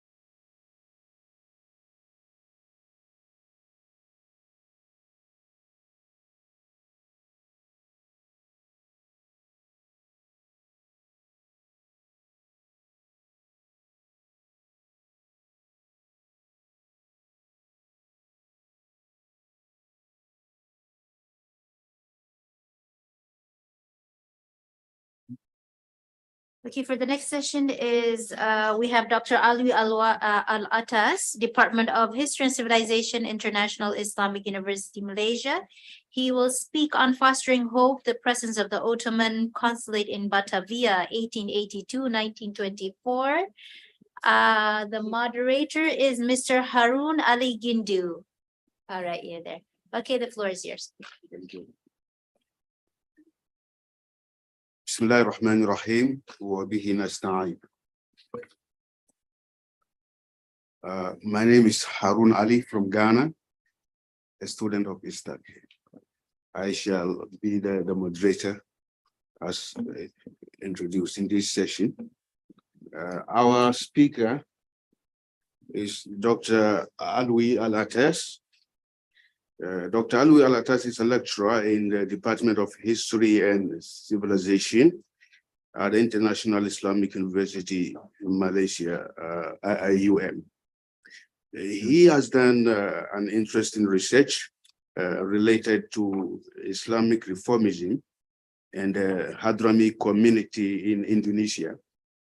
This research, Hadrami community in Indonesia, which was sometimes linked to the Ottoman Sultanate. He, together with the co-author, published an article on the Indonesian Hadramis cooperation with the Ottoman. Indonesian Hadramis cooperation with the Ottoman. Now, this article was published in 2022, and it was published by Tarikh Incelimiliri Dergisi, which is the Journal of Historical Studies, I think in Turkey. And also, Dr. Alatas has contributed to a similar project by the title Ottoman Southeast Asian Relations in Turkey. Yes. Now, our subject or topic of this afternoon will be fostering hope, the presence of the Ottoman Consulate in Batavia in the year 1882 to 1924. I suppose this is going to be a typical example of Ottoman Empire doing their very best to reach out to the Muslim community, often through their diplomatic maneuvers. Yes. Without further ado, I now introduce, I leave thank you very much. Invite the speaker to take. Thank you very much, sir. Thank you. Bismillahirrahmanirrahim. Assalamualaikum warahmatullahi wabarakatuh. Okay, my topic is about the Ottoman Consulate in Batavia since the beginning until the very end of the existence of that consulate in that city. Basically, my previous research relate more to the Hadrami community. This is one of my topics that I have already started during my master degree, and until today still make some research papers about that, but especially the Hadrami community in Indonesia in the 19th and 20th century. However, and I'm not, making deep research on something like diplomacy and so on. The Ottoman also I touch here and there. But however, when we make a research about the Hadrami in the 19th century and 20th century, we always encounter their relationship with the Ottoman. The consul's name also mentioned again and again in several sources. But until the last, my latest research with Dr. Aladdin Tekin, actually, I have something in my mind. During my research, I found some more information about the names of the consuls in Batavia, and I try to trace more to have a more complete construction of the names and also their functions, their roles, which I think quite interesting. So this paper today, this presentation today, basically using Indonesian, mostly using Indonesian sources and also Dutch sources, but I'm not expert in Dutch. I learned Dutch. Most of the sources from Dutch newspaper actually, and from there we can know about the complete flow of, change of the consuls in Batavia and what they are doing. I want to start with a bit about the diplomatic relation, because even before, because this is not, again, this is not my area of study.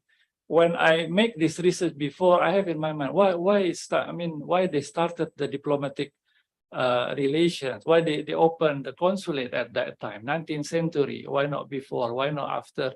How it started actually. So I just add a bit in the beginning of my paper about how it actually started, at least to give context, about the consulate in Batavia. So generally, we already know that diplomatic relations already existed for a long time, at least according to some researcher, generally speaking.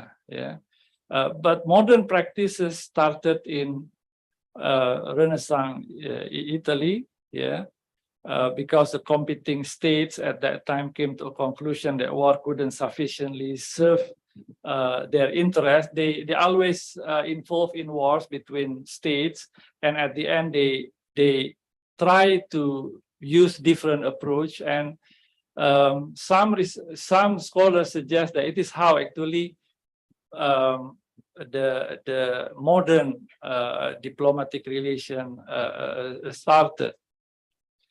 But some other scholars also suggest that we cannot only see the beginning of modern diplomacy or diplomatic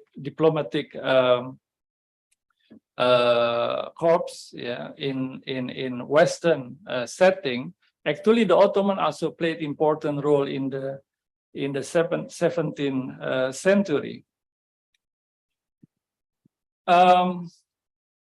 The Ottoman itself didn't open consulate abroad before the end of the 18th century, but Istanbul became an important host of European consuls in the 17th century.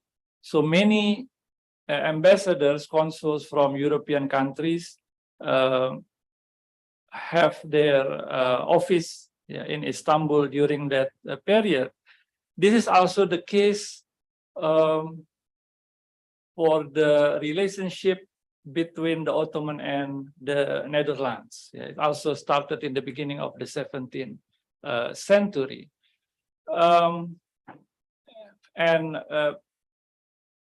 One suggests that this 17th century foreign relations situated in Istanbul actually also played something important in the history of diplomacy. Now I want to go more to the relationship between the Ottoman and the Dutch, because when we talk about the consulate in Batavia, it deals between the Ottoman and the Dutch colonial government in Indonesia. So the diplomatic relationship between the two political entities already started since the beginning of the 17th century, and the first diplomat and consul or ambassador was Cornelis Haga, And when we talk about diplomatic relationship, of course, there are several reasons for the opening, yeah, of consulate, yeah, or embassy. One of the reasons is because of economic interest, because of the presence of the citizens of that state, yeah, in the other country, and some other reasons. But economy played an important role, and this is also the reason for the relationship between the Ottoman and the Dutch in the past, and what happened after that. The diplomatic relationship between the two kingdoms, yeah, has its ups and downs, but generally good. Even during the First World War, the Dutch itself didn't involve itself with the war and maintain its relationship with the Ottoman. Yeah. So this is what happened between the Ottoman and the Netherlands. So now we come to the 19th century and to our subjects, the opening of the consulate in Batavia. But we need to understand one thing. When we talk about what happened in Istanbul in the 17th century, at that time, the Ottomans still very, very strong, right? And the European countries, they are not as strong as what they are. I mean, the situation in the 19th century. So in the 19th century, the situation started to change. It started before, it become, I mean, grew more than before. The Ottoman became weaker and weaker, and the European countries became stronger and stronger. So during this situation, we also found that the European, for example, also opens a consulate, not directly in the host country, but also in the other regions, yeah, because of certain interests. Like, for example, some European countries open consulates in Jeddah. I think we understand why. The reason, because of the importance of Red Sea at that time, yeah, after the opening of Suez Canal. So they have economic interest there to open consulates. At that time, Hejaz part of the Ottoman Empire. And also another reason because now the British, yeah, the Netherlands, they have colony in Muslim regions, so they need to understand more about the Muslims. And Muslims usually they do pilgrimage, yeah, to Mecca, close to Jeddah. So they also need to control, to understand about the flow of this pilgrimage, especially because the Dutch usually afraid the coming Hajj, yeah, the coming Hajjis, they sometimes involve in a kind of resistance against the Dutch colonial government. So this is what happened with the Europeans opening consulates in the Ottoman region outside. I mean, not only in Istanbul but in the extended region, yeah, possessed by the Ottoman. Now, in the 19th century as well, Ottoman opened a consulate previously actually in Singapore, yeah, but we'll not focus on that. And after that in Batavia in 1882.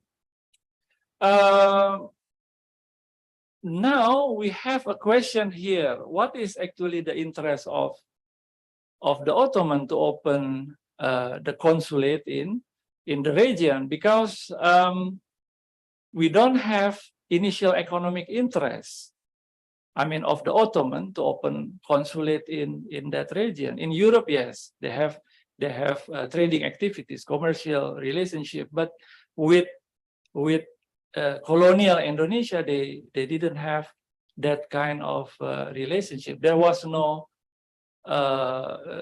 Ottoman or Turkish businessman, yeah, came or operated in Batavia or in the other cities, or Singapore as well. Or if any, it is very insignificant at that time. So of course, not for economic interest at that time, the reason for the opening. And also no direct need to keep track of the Dutch colonial government, yeah, because it's very far away from the Ottoman. The financial burden also might be much more than socio-political economic benefits for the Ottoman, at least what we can see directly. And if the opening of consulate usually also relate for the presence of citizens, yeah, basically at that time there was no Ottoman citizens, which is clear Ottoman citizens live in Batavia. But actually this is the reason that used by the Ottoman to open the consulate in Batavia, because the Hadromi community, yeah, the Arab community in Indonesia, in the Netherlands is in this. They came from Hadramaut, part of Yemen. What you call it? Sometimes also considered as part of the of Ottoman province. Yeah, they during this period actively claiming themselves to be part of the Ottoman, to be the citizen of the Ottoman, and the Ottoman respond to this. Yeah, actually, when the Ottoman started appointing the first consul in Batavia, the first consul is not sending from Istanbul or other region. Actually, like the previous experience in Singapore, the local Arabs actually appointed to be the consul of Ottoman. The Ottoman clearly mentioned that they are actually part of the Ottoman and they are supposed to be treated the same like the other European. Yeah. So this is what happened in the surface, at least the reason given by the Ottoman why we need to open the consulate. But of course, the status of citizenship of the Hadromi community in the Netherlands is in this as the citizen of the Ottoman is not that simple. Yeah, it is much more complicated actually. So we need to understand to find more stronger reason actually for this opening of the consulate. And I understand the reason for this opening is actually what I can call as fostering hope, to maintain the hope, because at that time the Ummah, the Ottoman and the Ummah generally they are in the declining position, and we have, I mean, some scholars bring the idea of the unity of the Ummah, and they I mean support this idea with the hope that by maintaining the unity of the Ummah, we can revive together, yeah, the Ottoman and also the Ummah. And I think this opening of the consulate in Batavia actually serve mainly to this purpose.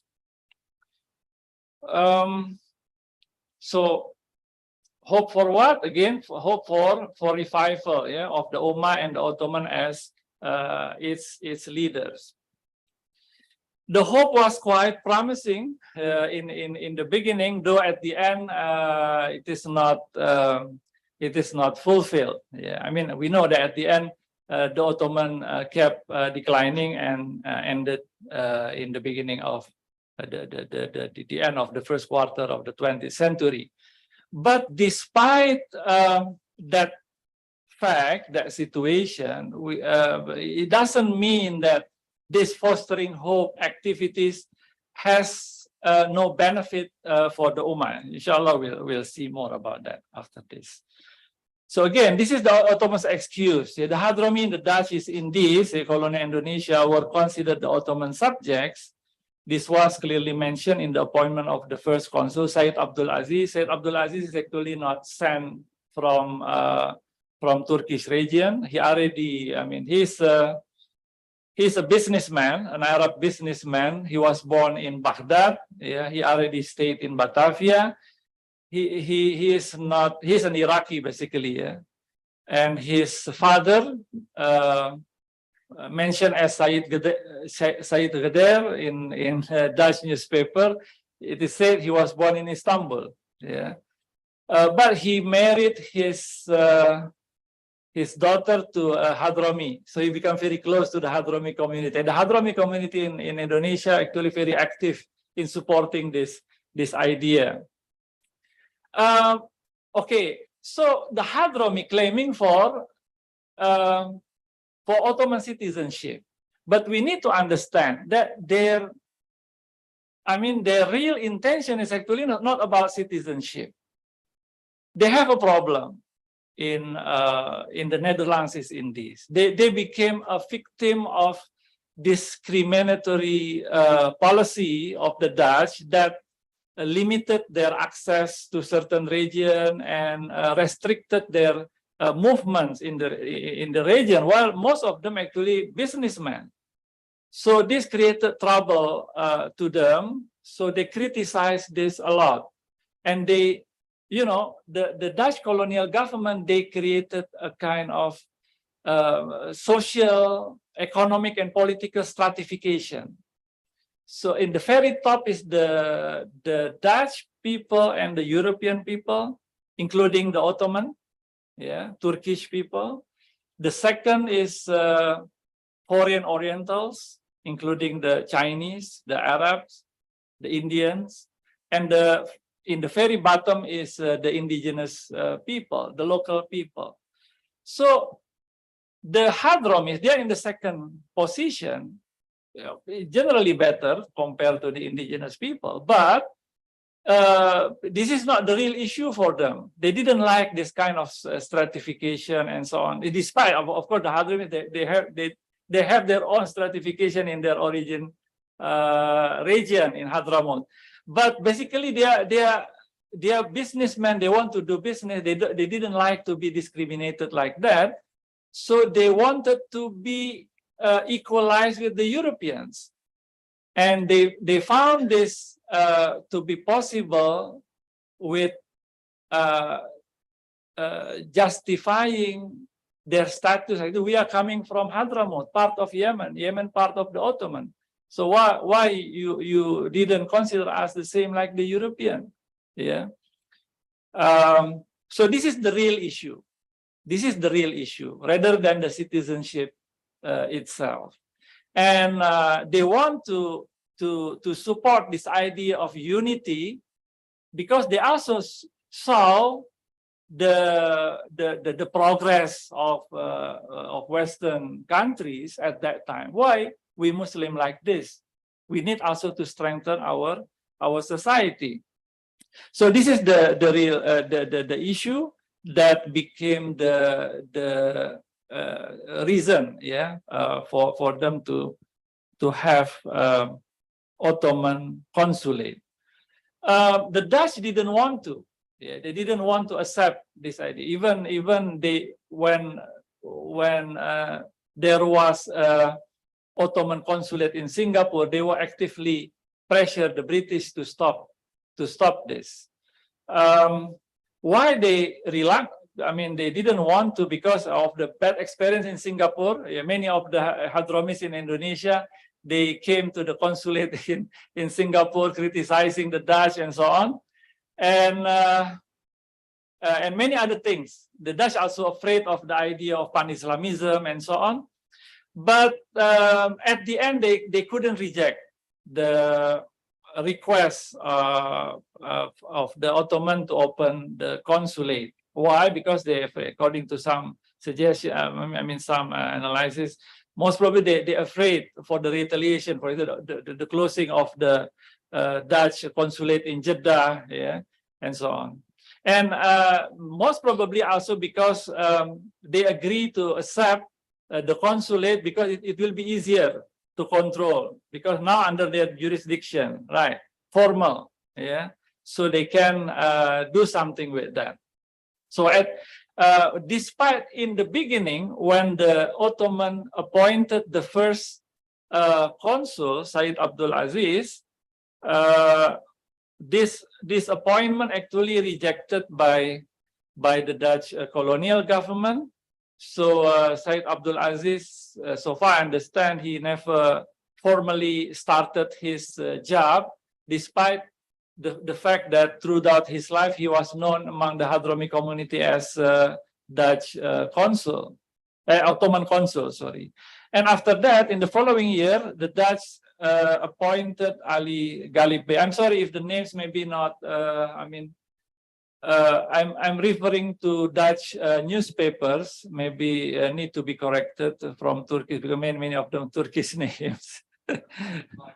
Ali Ghalib Bey, yeah, Ghalib Bey. Maybe with B, yeah, not with P, yeah, at the end. Ghalib, yeah, Ghalib with B, yeah, okay. So this, I will not explain in detail. You can see, some of their activities. Yes, Ali Ghalib Bey, he visited Aceh. Yeah, I think because of the war with Aceh, Dutch and Aceh, it became one of the issue raised by the Ottoman. He also collect information, yeah, from pilgrims and Banten people. Snow Furgroin actually complained about this because he and many other the Dutch actually didn't like that the consuls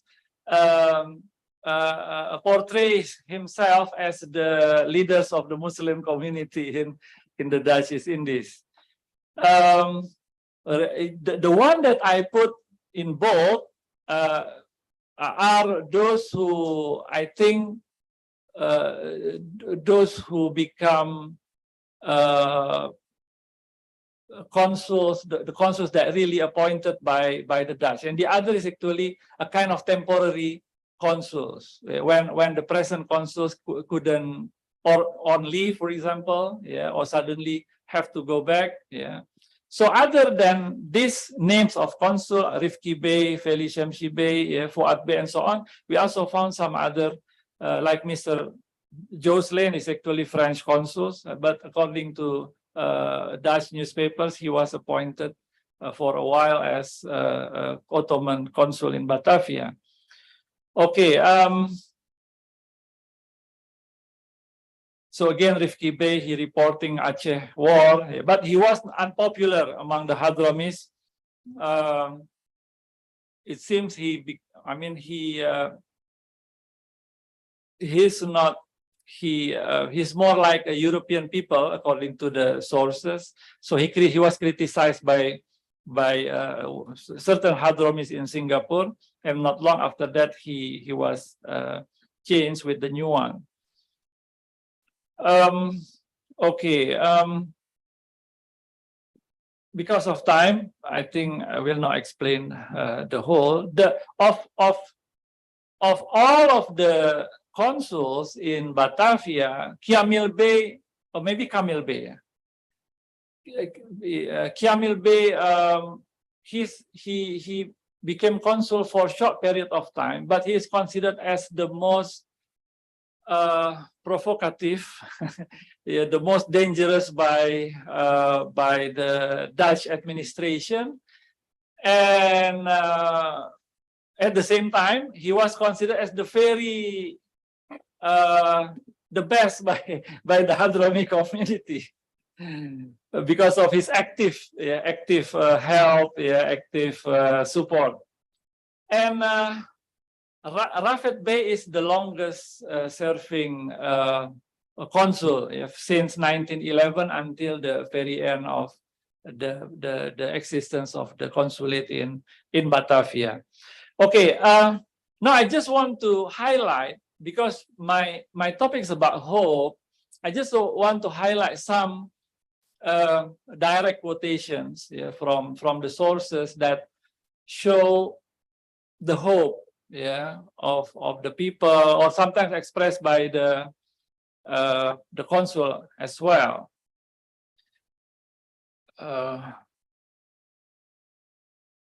Okay, this I think also very important. If we ask, if at the end this hope is not really fulfilled as expected, so what is the benefit? Actually, I think there is benefit. I think Prof.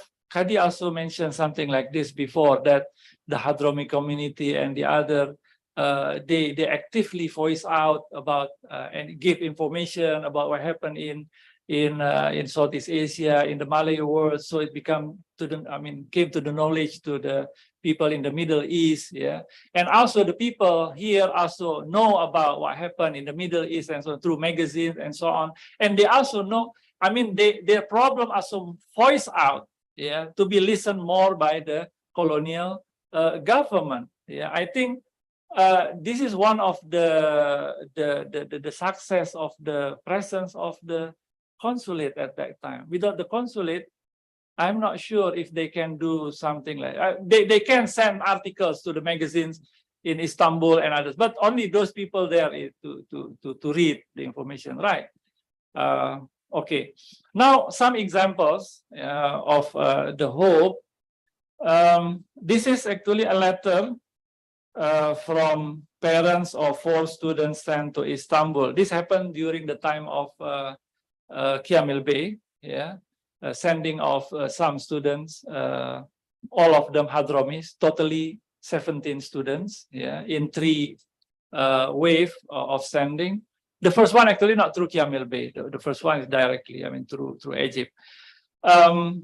So the 4 parents sent letters to the Sultan saying that, accepting that what asked for by their weak servants means themselves in sending their children to the Royal Sultanate schools in the Great Palace to make them awake, from their sleep, and to liberate them from their ignorance, and to lift them from their carelessness, and from bad vision through the instruction of beneficial knowledge. This is some of the expressed hope. They have a hope sending to modernize this student, and coming back they can be a leader in the society.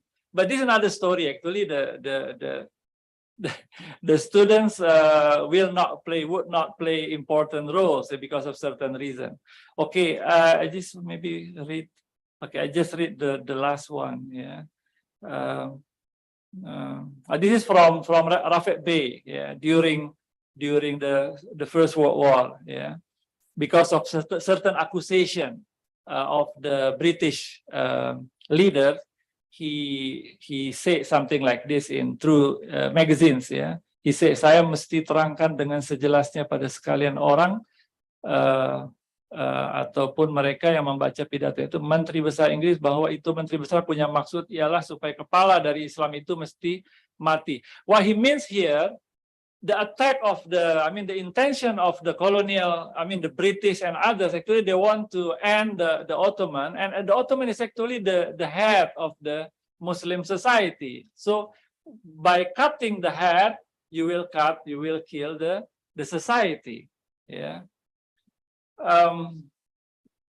Okay. This also one, one letter from in a magazine describing about the help of the people in Indonesia through Al Hilal Al Ahmar. They collect money, send to Istanbul to help the victims of war. And during the same period of time, also the Ottoman also sent money to help the victims of flood in Indonesia. And this text actually saying that the money is not big actually, from Indonesia, also from Istanbul, but this is a kind of connection, bond, that will strengthen our society. I think that's all my presentation. Thank you very much. Assalamualaikum warahmatullahi wabarakatuh. Thank you very much, Dr. Alatas. We would like to have a few questions, maybe one or two. Yes. Okay, sir. Assalamualaikum warahmatullahi wabarakatuh. First, I would like to check because I've read somewhere a long time ago that the Ottomans have a policy, they have a department taking care of the Ahlul Bayt. That means descendants of Prophet Muhammad Sallallahu Alaihi Wasallam, in such a way that the Ahlul Bayt should be able to live up to the image of the blood. There's a department, so they, for example, yeah, the Ahlul Bayt is not supposed to receive zakat, but they can receive kumus, right? So there is a department taking care of this in terms of education. So they meet up to a certain standard as descendant of Prophet. And with it, first I want to ask, is that true? Yes, it is true, yeah? Yes, okay. So in relation to that, that's why they are taking care of the Hadamis. Because mostly of the Hadamis, the Sayyids are descendant of Prophet.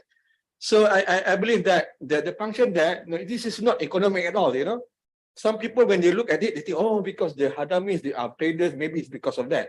But I believe it is that, the function as descendants of the Prophet, that they must do something for the Muslim. It is part of the blood, it is part of the responsibility. And that is why I wanted to ask you a question before. Because when you mentioned the Muhammad Efendi, Jilani, is he a descendant of Sheikh Abdul Qadir Sultan Aulia, which is a very famous figure in Tariqat? Because that carries a huge weight, you know. Somebody of that stature with that lineage is looked up to by many, especially people who follow Tariqat. So that carries weight in terms of the fighting, the spirit and hope. So basically, that's my question. Is that part of it? Yeah, being descendant of Prophet is actually part of the function, and the Ottomans understand that. Assalamualaikum. Okay, maybe a bit from me. Yeah, I mean, already answered by Prof. Kadi about that. However, during that period, they are not really, I mean, not directly mentioned about that issue. And before, I mean, the 19th century, actually, the Hadram is not all from descendants of Prophet, and they are mixed up at that time. But I think generally the Ottoman, they were to a certain degree because they use the title. I mean, the Hadramis at that time, Sayyid and so on. So I think they generally know about that, but do not, I mean, come out to do, I mean, officially mention something like that. Yeah. Okay. Thank you. Yeah. Is that okay? One more question over there. Thank you very much, Dr. Alwi. My question is about this appointment of consuls of Ottomans, Batavia. You mentioned that citizenship issue, but we know that Ottoman citizens is not limited by Muslims. There were Armenians and the Jewish. We have some documents, especially in India. They traveled and they conducted transactions, merchandise, so on, through as citizens of Ottomans. The second one, I'm not sure during that time, Batavia, Singapore, any Armenian or Jewish considered as Ottoman citizens. I haven't come across any data. The first appointed the consul 1882, but almost 1 decade ago, 1868 and 1873, Abdurrahman al-Zahir visited twice to Istanbul. The second visit is quite long, 9 months almost. What we know, he could not find opportunity to meet Abdulhamid II. My assumption, he met. Question is that any relationship, proportionately at least, appointing a consul to Batavia regarding to the Aceh war, because you mentioned also a very brief visit of Ali Galip Bey. Again, in my sources, I couldn't find out any Turkish visitors during that time in the war. Neither in Lavino's communications, Lavino was the Dutch consul in Penang Island. Even though scattered data, could not read details, but as far as I tried to get some, but I couldn't see any reference to this, any Turkish visit to Aceh. Thank you. Thank you very much, Dr. Mehmet. Yeah, again, the issue of citizenship is something actually unclear, not clear. Yeah, I mean, the the Hadrami, they have, I mean, they claim for the citizenship because of, I mean, they came from Hadramaut, part of Yemen. Yemen also, I mean, considered part of Ottoman. This is one thing. But still, even the Ottoman also said about something like that. When the students, for example, sent to Istanbul, they are not automatically, I mean, considered as a citizen like the other. This is one thing. Another thing, I think because of the idea of this unity, the Ottoman indeed try to portray himself as the leaders of the Ummah. So when, I mean, the consuls in Batavia, they are not only dealing with the Hadramis, they also try to communicate with the Muslims people. Yeah, of course, in this case, they cannot say that the Muslim Indonesia is the citizen of the Ottoman, but they are part of the Muslim Ummah, in which the Ottoman can be considered as the leaders. That about the first issue. Regarding the Aceh war, I also have the idea that this might be one of the main reasons for the opening of the consulate. But so far, I couldn't find, I mean, direct sources mention about that. So maybe it is in the background, because it is there. It was there. I mean, the issue already. I mean, Aceh tried to approach Ottoman even since before to gain help from the Ottoman and so on. I think it's already there. And the Ali Gali pay attention to Aceh show this. Regarding his visit to Aceh, I read information in Dutch newspapers about the preparation of the visit, together with some Dutch official leaders from Batavia. They prepared themselves to go to Aceh. Okay, okay, maybe you can. Yeah, they came, yeah? They really came to Aceh, right? They really came to Aceh and they participated in okay, yes, yes. He says, he mentioned about his activity at Aceh, and even the nation of David in the book bag. Exactly, when the whole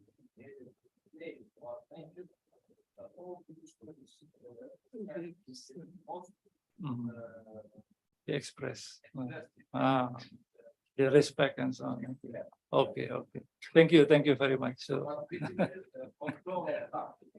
yeah. Similar to the previous presentation, right, Hocam? The Vechi Efendi, I guess. Mr. Moderator. Mr. Moderator. All right, it seems well. Mr. Moderator, can I just see very quickly, Please. Because we are late already. Just 2 points. You mentioned that the Hadramis were not happy with the Dutch stratification system. They were not happy with the Dutch stratification, even though they had their own stratification in Hadramaut. Yeah, I just wanted to say that I think they were okay with the internal stratification among Hadramis, and especially between Sada and Mashayikh, but not with the external stratification. But my question to you is, in terms of the hope, and in terms of wanting to do something for Hadramis and for Indonesians in general, that the Ottomans wanted to help in the colonial situation, is there any evidence that they actually were able to make any changes? Because the Ottomans were a declining power. The British and the Dutch in Malaya and Indonesia were very strong. It was the height of colonial rule. So is there any evidence of actual benefits that the Ottomans brought? Okay, for the first part, yeah, it is maybe one of the explanation. They okay with the internal stratification, but not okay with external. But another explanation maybe also because of the practical things. Maybe if the stratification do not really impact them, maybe they do not really care as well. But this, I mean, the policy, they really have in trouble at that time.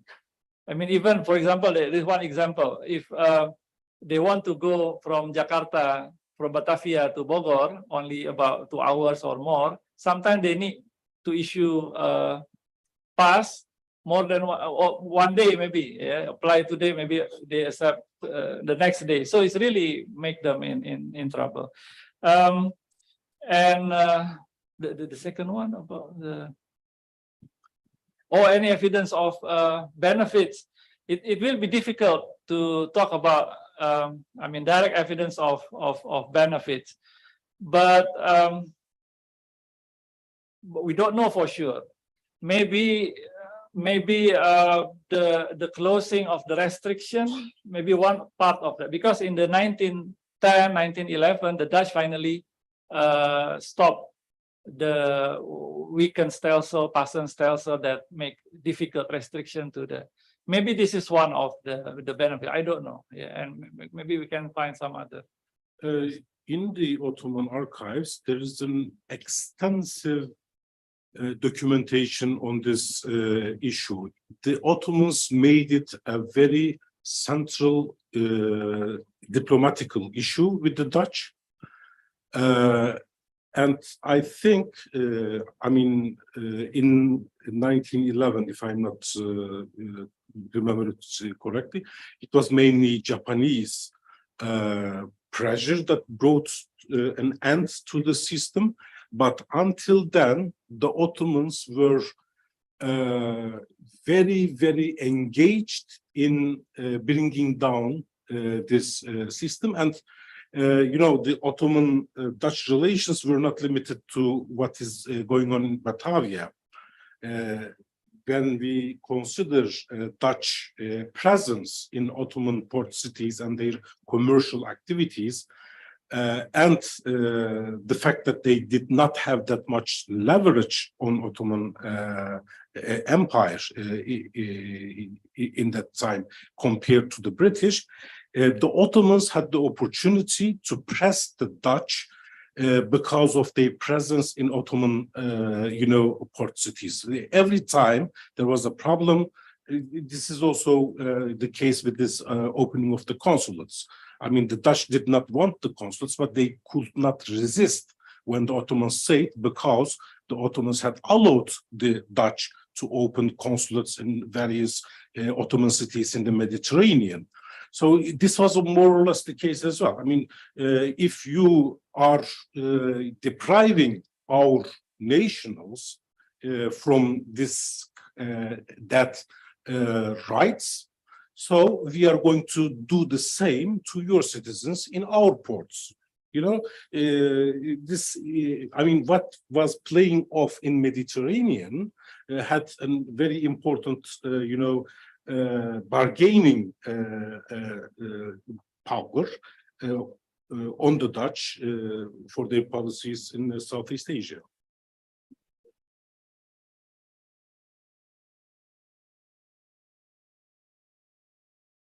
Is between the Dutch and the Ottoman government officials, but it was not put into effect until 1882.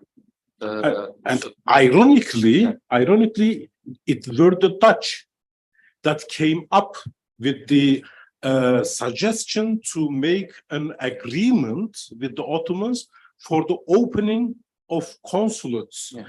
The agreement allowed the Ottomans to open consulates in Dutch colonies, and I mean, this was a kind of, you know, the Dutch were token initiative to arrange this entire issue.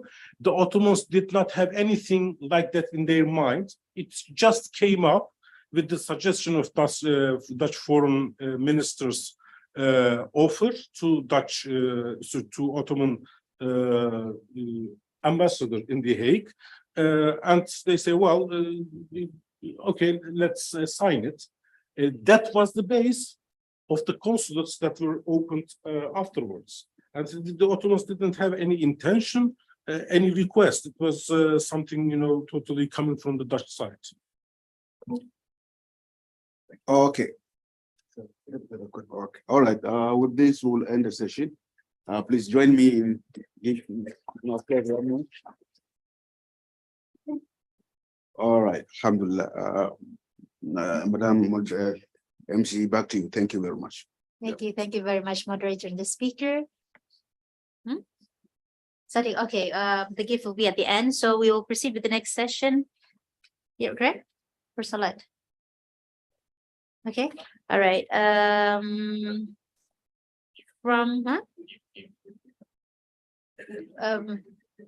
The gift later? Now is better, right? Yeah, just give it now, right? Yeah, all right. Let's proceed with the gift presentation.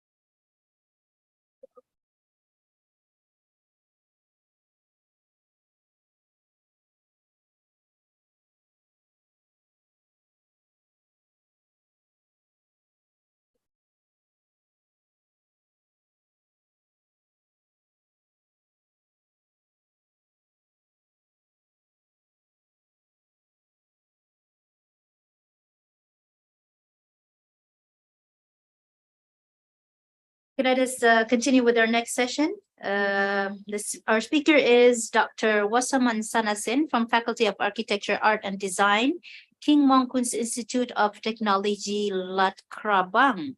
He will be talking on the traces of Ottoman art in architectures of Muslims in Bangkok and perimeter. Our moderator is Ms. Shahira. The floor is yours. Thank you, Dr. Ayn. Bismillah. Assalamu alaikum.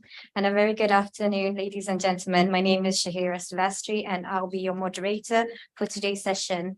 This will be our last one before our lunch break, inshallah. Just a quick reminder that this will end strictly at 1:45, so keep the questions short, and we will be in the room at 2:15. I will remind that later on. So we have a very special guest with us today, Dr. Wasaman Sanasin, a lecturer at the Faculty of Architecture, Art and Design at the University of King Mongkun's Institute of Technology, Latkrabang, who will be presenting the traces of Ottoman art in architectures of Muslims in Bangkok and the perimeter. Before we proceed to the presentation with Dr., I would like to quickly share her biodata with all of you today. So Dr. Wasaman, she actually received her PhD in art history from the Istanbul University in 2021 with a scholarship. And Dr. Wasaman had been granted the Outstanding Graduate Award in the field of art culture by YTB, Presidency of Turk Abroad and Related Communities. Her interest lies in Islamic art and art history. She's recognized in Thailand as a scholar who introduced Islamic art study in the country.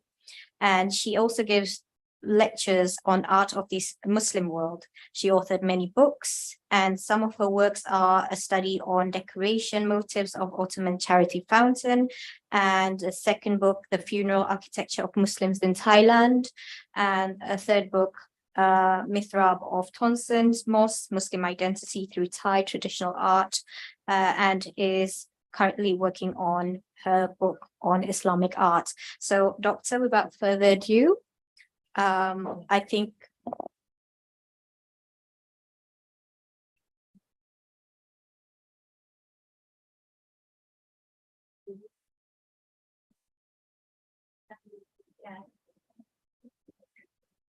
Doctor.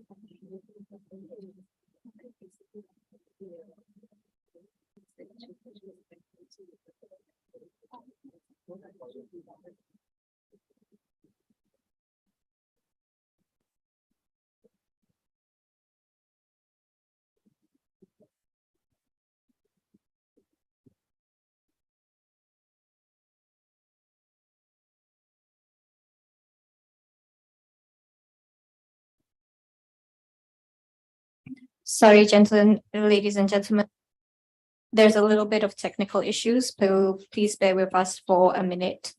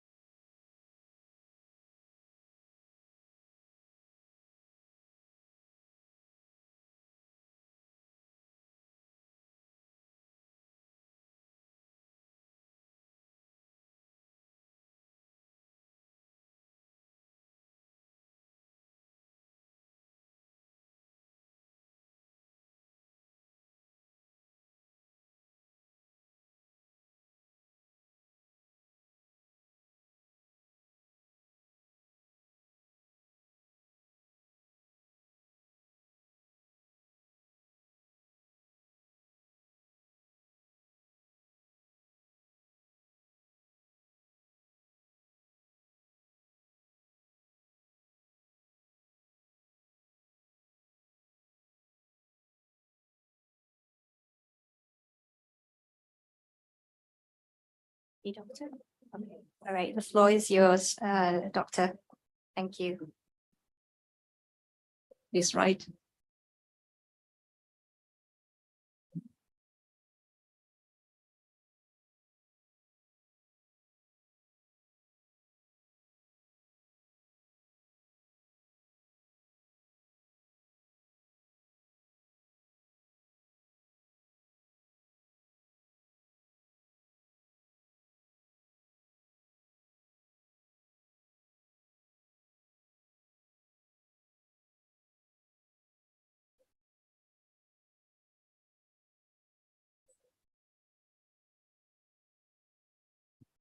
Sorry.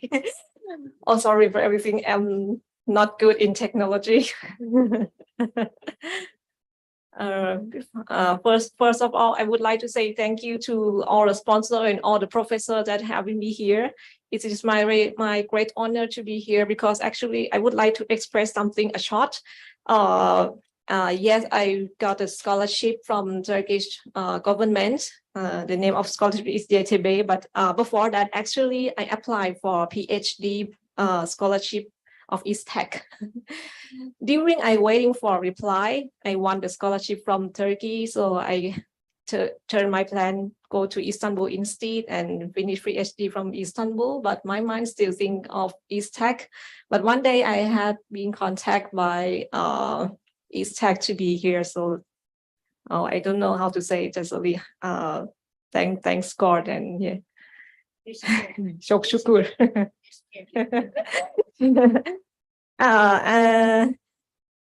Again, I want to say greeting in Thai because I think I'm only Thai here, right?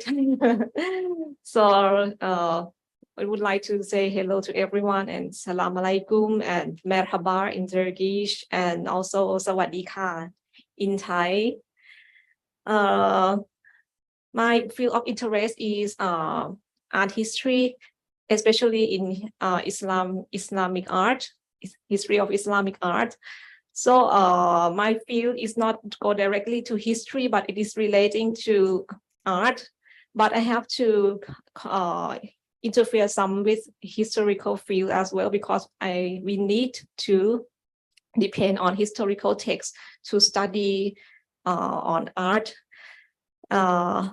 Before I start the last one, the last one I would like to express is I would like to say thank you to 3 persons that inspired me to study about the traces of Ottoman art in Thailand, especially in Bangkok, which I will tell to you today. The first one is Dr. Ismail Hakkı. He's here, of course, everyone know him. Also, the second Dr. Ismail, both of you, your books, it very inspired me. Also, the last one is Dr. Aladdin Tekin. He's over there. So, Teşekkür ederim. İşin. You inspire me so much. So, it is very shame on me that I feel shame by myself that I had a chance to study in Istanbul for 5 years, but I didn't think about to study about the trace of Ottoman art in my country. I did recognize that it have, but we still didn't have enough evidence to study it, and I focused on my thesis. So now I have a chance to start to studying about it. So I will tell you a brief. This is just only my kind of, I can say that it is not a kind of a big research. It's just only a kind of my remark or something that I have seen in Bangkok, and I would like to discuss and ask for your suggestion. So my topic today is the traces of Ottoman art in architectures of Muslim in Bangkok and perimeter. I put the places in Bangkok and perimeter because Bangkok is the place that we found the trace very much, and its perimeter is mean the surrounding provinces such as Ayutthaya and Nonthaburi. It did that this influence spread from Bangkok to that perimeter. So just I will skip the overview about history of Muslim in Thailand because all of you, I think you know about Muslim in Thailand and how many of us, how much of us, and yeah, how we are. So I will skip that and go directly to the point. First, I would like to talk about the Ottoman Empire. Yeah, we have known that the Ottoman Empire is a very big empire, about 6 centuries, and in the range of Sultans Yavuz Selim or Selim I, as I make a red mark, this is the territory that he had been conquered in his great range. So he attributed to Ottoman Empire to extend it into the Arab land, and at that time the Ottoman became the caliphate because he granted the status of patronage of Mecca and Medina at that time, and until the end of the dynasty, the Ottoman Caliph was recognized around the world as the spiritual leader of all Muslims in the world. But unfortunately, Muslim in Thailand in the past and until before the royal visit of Prince Damrong in 1899, Thai Muslim, I think that they totally not recognize how great of Ottoman Empire and what is the status of the Ottoman Caliphate, and the relation of the Ottoman land and Thailand, or in the past we call Siam, is very limited. It's just only by the pilgrimage, the Southeast Asian, the Thai Muslim pilgrimage to Hajj at the Arab land, which was under the control of the Ottoman. So it's until, but sure, like I think there will be much more, but it is off record, unfortunately. Until 1891, there's a royal visit our king Rama V sent his brother Prince Damrong and his entourages to visit Constantinople the first time. Here is the photo that I took from the book of Dr. Ismail. Thank you so much. This is very rare photo. Prince Damrong took photo with the Ottomans in front of the Merasim Diaresi inside the Yildiz Sarai or Yildiz Palace. Yeah, and another evidence is we have a letter that I had mentioned yesterday about the letter that a man, a Thai Muslim man called himself as Sayyid Ibrahim in Bangkok. He is the director of the school named Madrasat Islam. He sent the letter of request to the consul at Batavia. At that time, at Batavia, the consul is Amin Bey Efendi. He asked the Sultan for financial support in establishing a madrasa in Bangkok and also an amount of Quran to distribute to other religious schools for students to study. After that, we have a letter sent from a Muslim society in Bangkok named ISTAC-IIUM Islam. Actually, these two records I got from the book of Dr. Ismail Hakkı about the Ottoman and Siam relationships through the ages. The great book one. So yeah, this is the letter sent from the director of ISTAC-IIUM Islam Society, led by a man. His surname is Nana. Nana is in Indian descendant and he is very rich and is powerful. He donate amount of money to Kusulai. Kusulai it is the Red Crescent Foundation. So these two evidence tell us that the Thai Muslim or I have to say Bangkok Muslim because now we scope in the area of Bangkok and perimeter. The Bangkok Muslim really recognize about the status of Ottoman Sultan, how great he is, and they praise him as had mentioned in this letter, as he mentioned some word that praise the Sultan as a kind of our spiritual leader, and had mentioned something that like it seems like they are really appreciated to be a subject of Ottoman Sultan. Like because they are Muslim and they are minority in Bangkok, so it is like our today. When we see the Catholics in Bangkok, like they really appreciated when Pope from Vatican came to visit there, and they go to see the Pope and recognize the Pope as their spiritual leader. It's the same concept for the Muslim in Bangkok at that time, that they like see the Ottoman Caliph as their leader, not just spiritual, but the actual leader for them. And another evidence, we have an old photograph of a student took a photo in front of a wooden building. It is a school. This school is initially named as Madrasa Hamidiyah. So it is really clear that Hamidiyah in Turkish and Arabic grammar is mean relating to Hamid. And it is the record that there is a record of the previous director of this school, that Hamidiyah is named after Sultan Abdul Hamid II of Ottoman Empire. So it is very clear that how popular and how fan club that the Muslim in Bangkok see the Ottoman Sultan.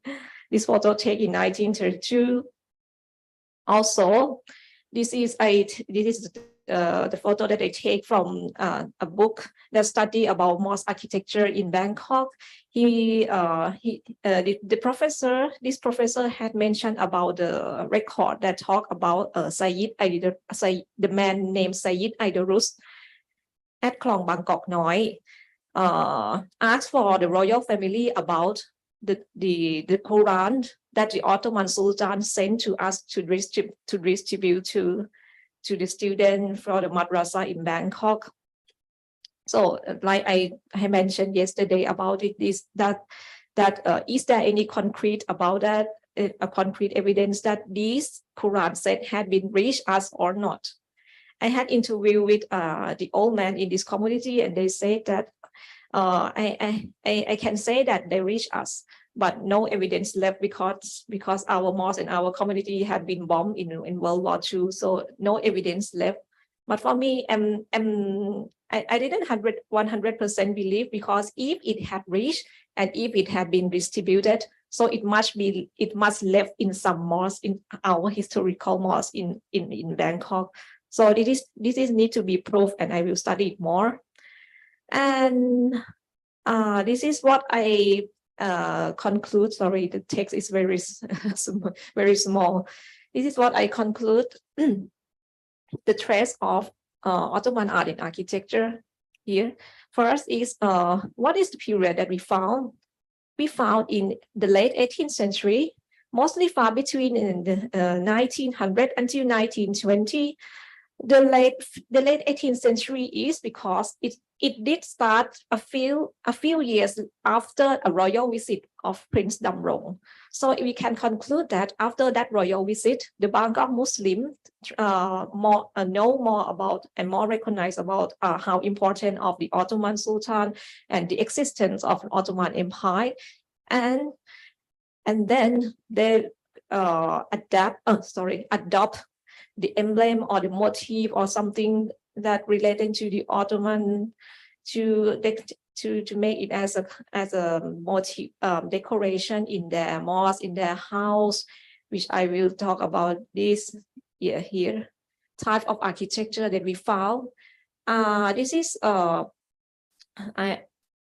most found is mosque, of course, because why is mosque is very why they find so many, because mosque is main Islamic architecture that find in Bangkok and total in Thailand, because as I said, Muslim is a minority in our country, so the architecture that express the identity of them can perfectly is mosque, and mosque is the symbol of Muslim community in Thailand, certainly.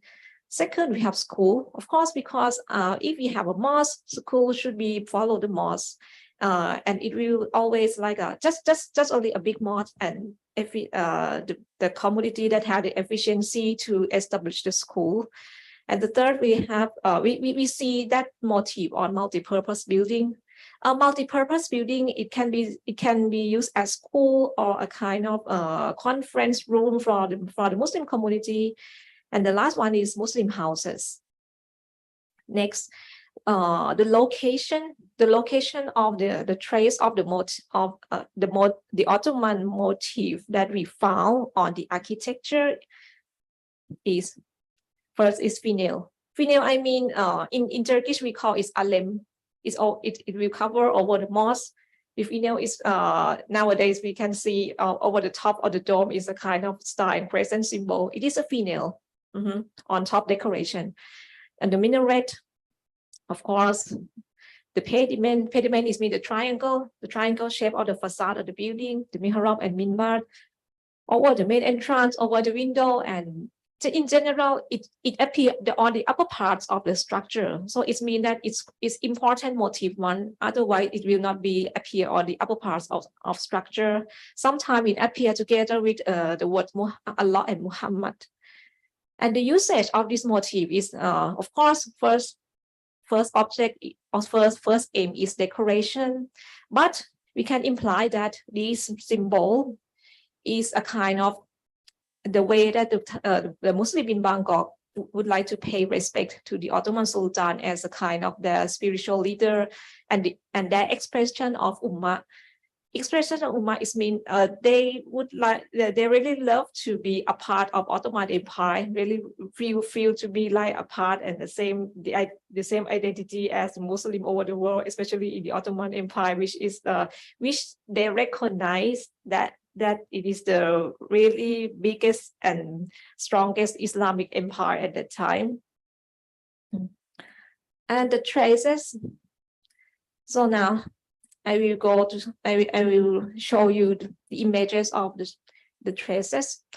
The traces that I found so far can be divided into two types. The first one is architectural elements, which is I find just only the minaret. The minaret in Turkish or Ottoman style, of course, everybody knows about it. Its shape is like a rocket. Like if we compare easily, it's like a rocket or a kind of a pencil. In Thai, we call Hor Asan Song Din So. It's mean literally. It's mean pencil style shape minaret. Yeah. Which we found only just in the Ottoman architecture. The second type is motif or the ornaments. The first is Ottoman coat of arms. The second is Tura or the Sultan insignia. The third is style and present symbol.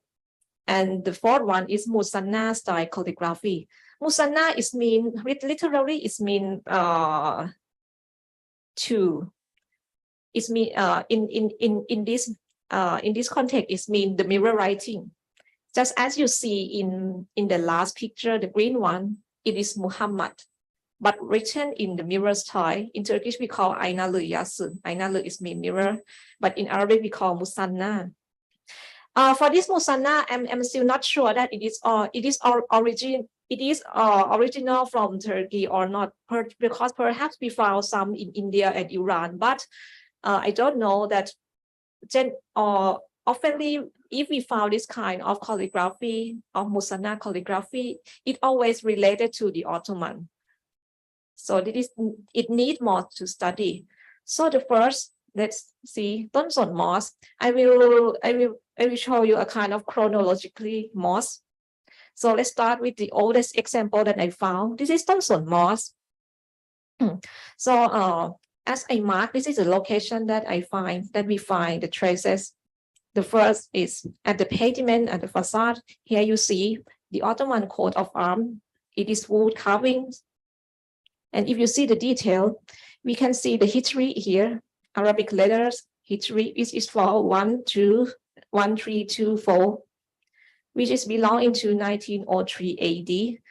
Interestingly, in here, it is Thai number, Thai year, which is 1 to 5.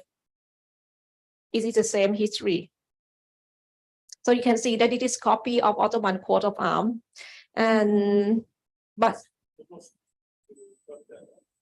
sorry. Oh, it's still there, but they keep in office. But the structure is no more. Yeah. Yeah.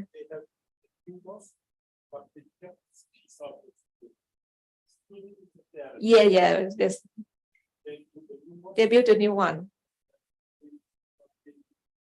Yeah, they preserve this in their office. We still can see. Yes. This is very fine copy. And another traces over the window. Yeah, you can see Hilal, the crescent and star motif, which is added later. Yes, crescent and star is very super famous. Also, the Musanna style calligraphy, which is written as the name of Muhammad. I don't know why it is widespread in a while in Bangkok and very bitter, but I found when I read the historical record about Muslim in Bangkok or Thailand, they themselves or Thai people call the Thai Muslim as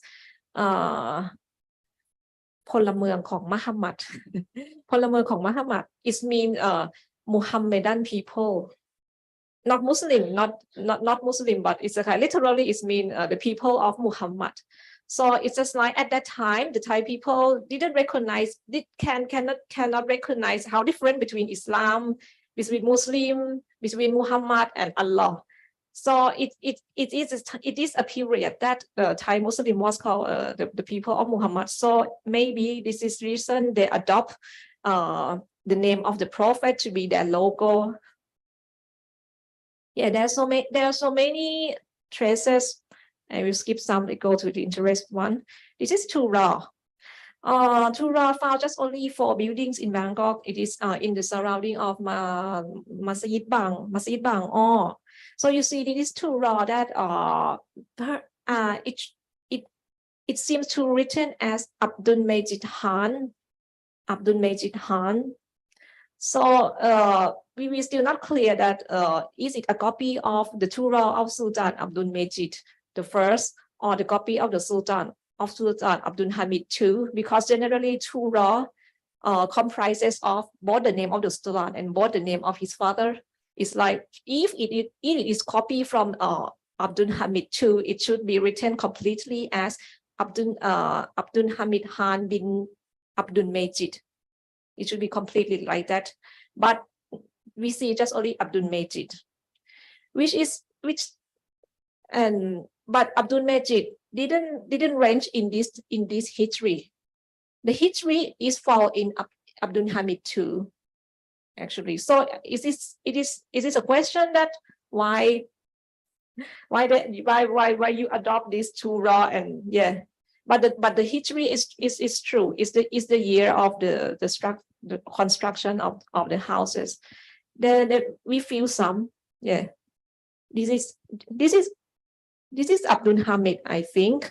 Abdul Hamid, but without the name of his father, without the name of Abdul Majid. This is Abdul Hamid Khan. This is Abdul Hamid as well, but very, very simplified and cannot be read. Another example is this is supposed to be Abdul Majid, but very like it's too far from the original. It's very simplified. Other we see again the Muhammad, name of Muhammad with the star and crescent. Again, Muhammad. This is our Thai style mosque in Bangkok. Yeah. Also, this is Shiite Muslim. This is the only one example of Shiite Muslim mosque.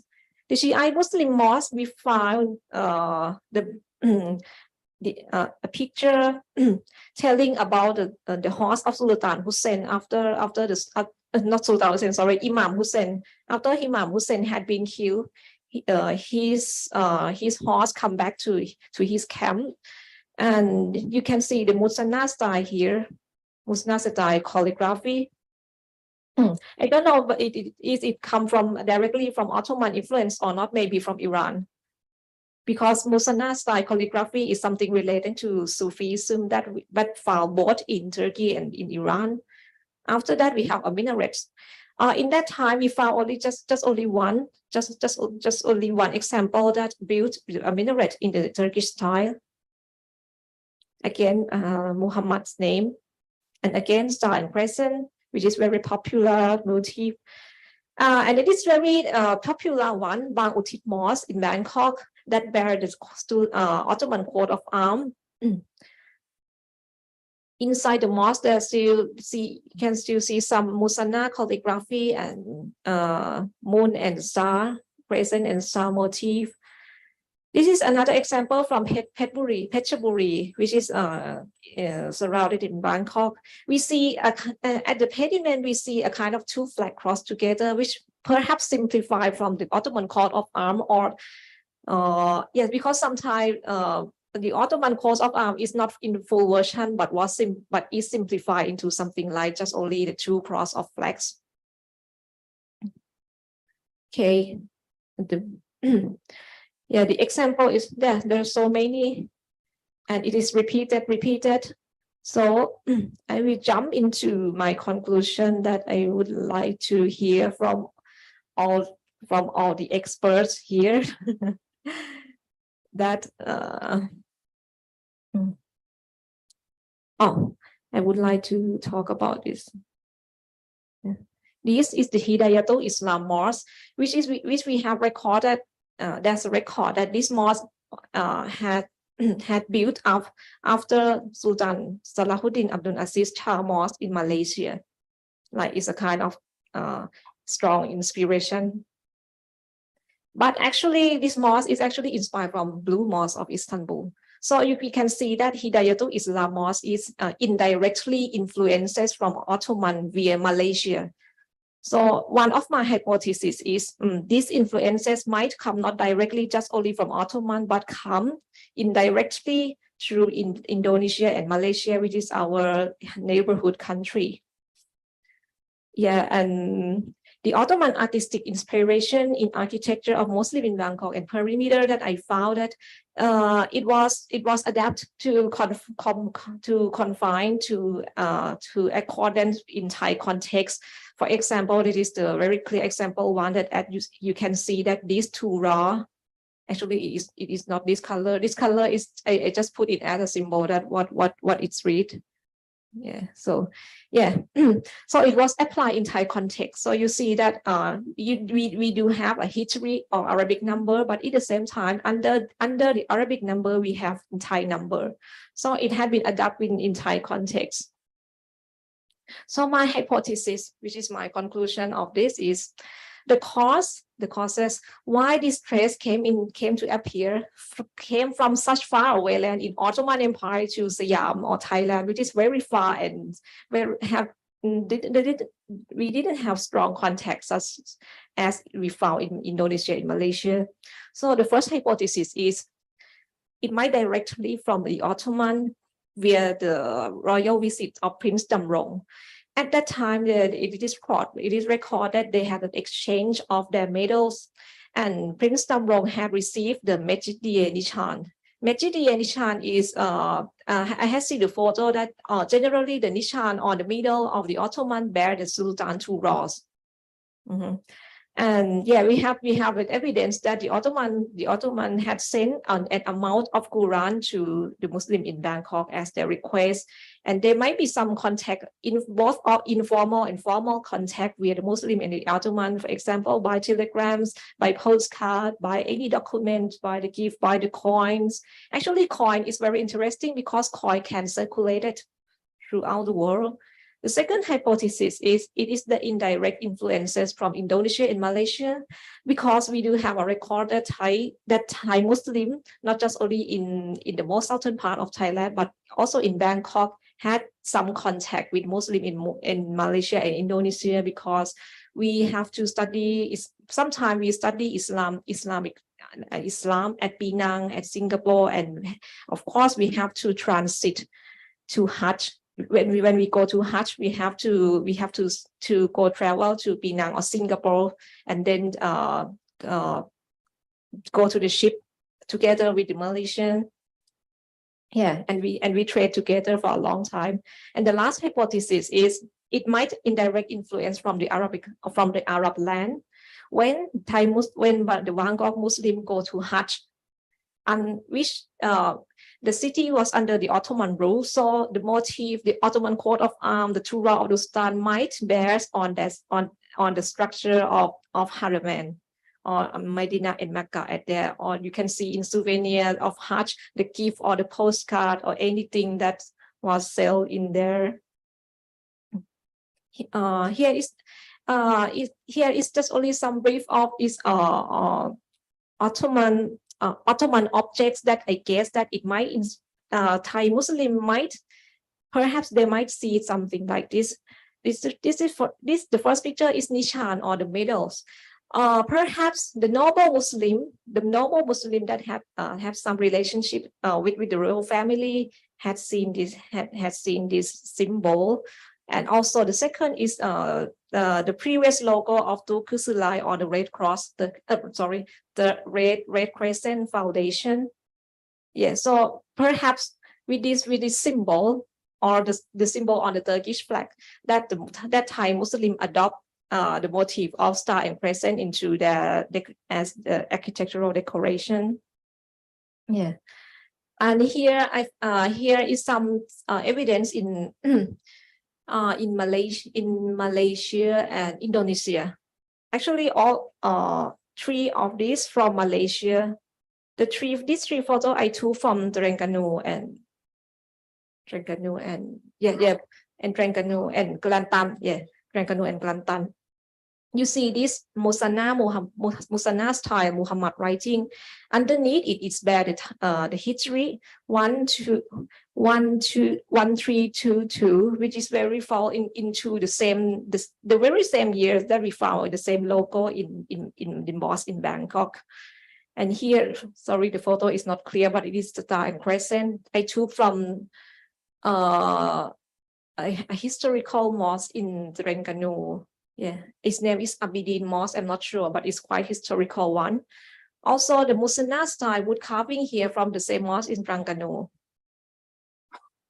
Also, this is the batik from Indonesia, which bear the simplified motif of Ottoman sultans too raw, but very simplified and unreadable. The last picture is from over the mihrab of masjid in Surakarta, like the Great Mosque of Surakarta in Indonesia, which might simplify from the Turah of Abdul Hamid too. So it's clear that Malaysia and Indonesia did bear these traces as well. So this trace or this influence might reach Bangkok in some ways. By the way, after the end of the Ottoman Empire in 1922, the application of Ottoman symbols to decorate the mosque and the building in Bangkok is totally decreased and finally disappear. But however, the Turkish style minarets and star crescent symbols still can be seen until today. And this is very popular and became the symbol of Muslimness and Islamicness in not just only Bangkok, but in Thailand. I'm sure that we can find so many and ubiquitous in the Malay world as well, especially the star and crescent over the top of the minarets and the dome. Yes. So my conclusion is just really hypothesis because I still need enough evidences. But in general, in the field of art history, we can conclude it's just only a synthesis if we cannot find any concrete evidences. But if we are so lucky that we can find another evidence that strongly can support my hypothesis, I'm sure that it will be shed light for many field of interest. Yeah. So thank you so much. Thank you, Dr. Wasaman. It was a wonderful, interesting presentation. So we will open the floor to Q&A, but we'll do it a bit different. We'll collect the questions and about 1 or 2 or 3, and then Doctor will answer it. Okay, any questions? Prof. Thank you, Dr. Wasaman. It was very, very interesting. Just 3 quick questions or points rather. You mentioned Said Idrus, I suppose. Idrus, okay. Idrus. So I'm not sure if you are aware, but he's most likely Hadrami from the name. We can tell. Really? Yes. I mean, if it is Said Idrus, it is definitely Hadrami. The word Idrus, right? There's Idrus family everywhere. Yeah. Oh, so that's the one. Okay. Said Idrus. In fact, my grandmother is Idrus from Idrus family. So I just wanted to mention, maybe it's worth looking, since we have been talking about Hadrami connections with with Ottoman Empire. Maybe worth looking into that connection if there is. Well, according to Professor Hakkı Göksoy, there is a connection. Then the other thing is, you mentioned Muhammad, the Thai term for Muhammad's people. Oh yeah. Literally it means people of Muhammad. Yeah. I think that is probably a translation of the Orientalist word. Yeah. It is Orientalism concept actually from the Western. Yeah. The Europeans use the term Muhammadanism. Yes. Yeah. Yes. Yeah. Literally from English. So my last question is, and this is more substantial. You mentioned the Ottoman influence, and it was brief. It was brief, and it lasted for a short period, etc., etc. Now I'm wondering, what about Persian influence on the same? Persian influence in terms of architecture, calligraphy. Since there was a far greater Persian influence impact? Because you have Persian origin communities in Turkey, Yes. in Thailand. So how does it compare? How does the Ottoman influence compare with the Persian influence? Thank you. Second question, if there is. Thank you so much. I would like to ask, when I went solo, I know you showed one of the picture here. And when I talk with some locals in here, they have the knowledge about this kind of insignia and tugras, and they have the inform about the impact of Ottomans. And I would like to wonder, when did you visit this kind of mosque in Thailand? Local peoples have this any idea or knowledge about Ottomans when they look this kind of insignia or sign? Thank you. Is there any other questions? Please raise your hand. Yes, I'm wondering about the ethnicity of these people, the Muslims, particularly in Bangkok and around, because if in southern Thailand, we understand it's the Malay Muslims, so they have a long history of being Muslim. What about those in Bangkok, you know? Are they how many generations being Muslim or converted or during what time? I'm wondering about that. Yeah, ethnicity and yeah, when did they become Muslim, the family one?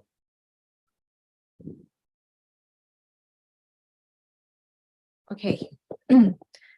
First three questions. The first question about Persian influence of Persian art in Bangkok. According to my research, I found this. We do found this trace very clear, very clear in most of the Shiite Muslim, which for some maybe four mosques in Bangkok, because Shiite Muslim is quite a limit in number, and their influences is, yes, of course, come directly from Iran. Actually, we can trace that it did evidence in Ayutthaya period.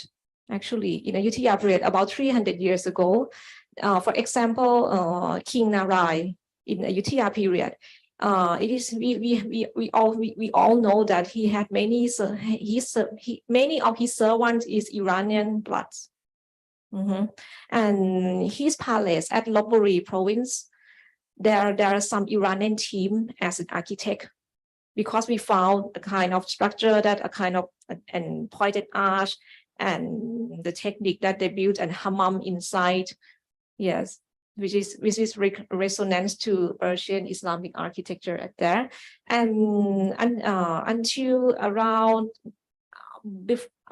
after Islamic revolution in Iran in 1980. 1779, yes. At that time, before that, a few years ago, there's some Shiite Thai Muslim had been educated at there. They live there at Tehran, and they have many strong connection with the Iranians. And after the Islamic Revolution, there's a kind of they feel like how can I say?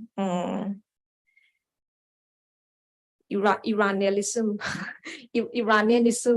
yeah, we can call that Iranianism or something like that. They want to revive their identity, because it is a good chance, because it is Islamic revolution and it turned back to the Islamic State. So the best symbol to express this expression is Islamic Iran architecture.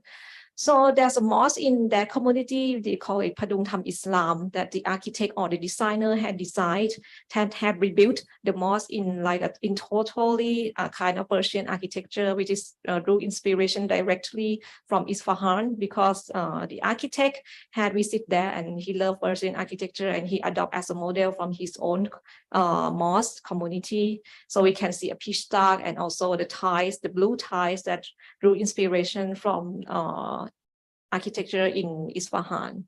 Yes. Actually, there's some more detail, but if you're interested, you can read in my paper. I upload in academia. So, and second question for Dr. Aladdin about the opinion of the community of Masjid Tonson, right? Which mosque? No, I mean almost, because general Muslim in Bangkok. I mean, I wonder the Thai people, especially Thai people or Muslims in Thailand, in Bangkok around, they have the information about this kind of insignia impact from the Ottoman. Actually, unfortunately, there just only oral history or storytelling is no concrete record. There's some scholars that they just only guess or make hypotheses like me. They just guess that, I talk for many people, like I think 10 people, both academicians, both professor, and both the local people at there.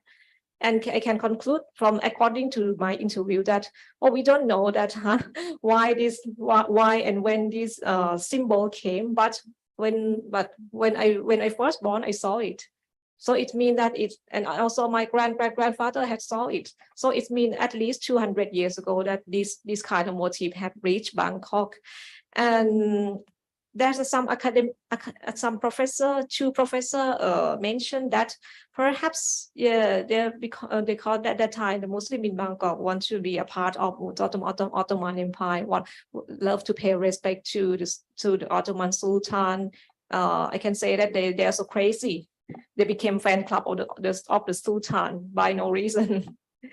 Yes. So it's just very simple reason. But for me, for in the academician circle, it's very hard because we need an approve, not just only oral history. So my study actually is quite hard for me, but I don't know. I think that it can be a reasonable hypothesis that I'm sure that I can find. And I would love to hear from all of you. Thank you. Yeah, unfortunately. And the last, when the most in Bangkok, history of Muslim in Bangkok.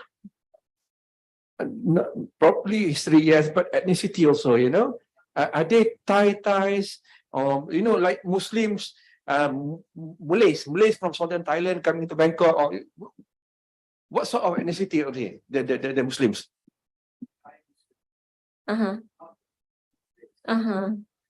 It's a high Muslim. Ethnicity. Ethnicity. Okay, sorry. Yeah, thank you. Ethnicity in Bangkok, right? Then Bangkok is very a melting pot, a kind of melting pot and multicultural.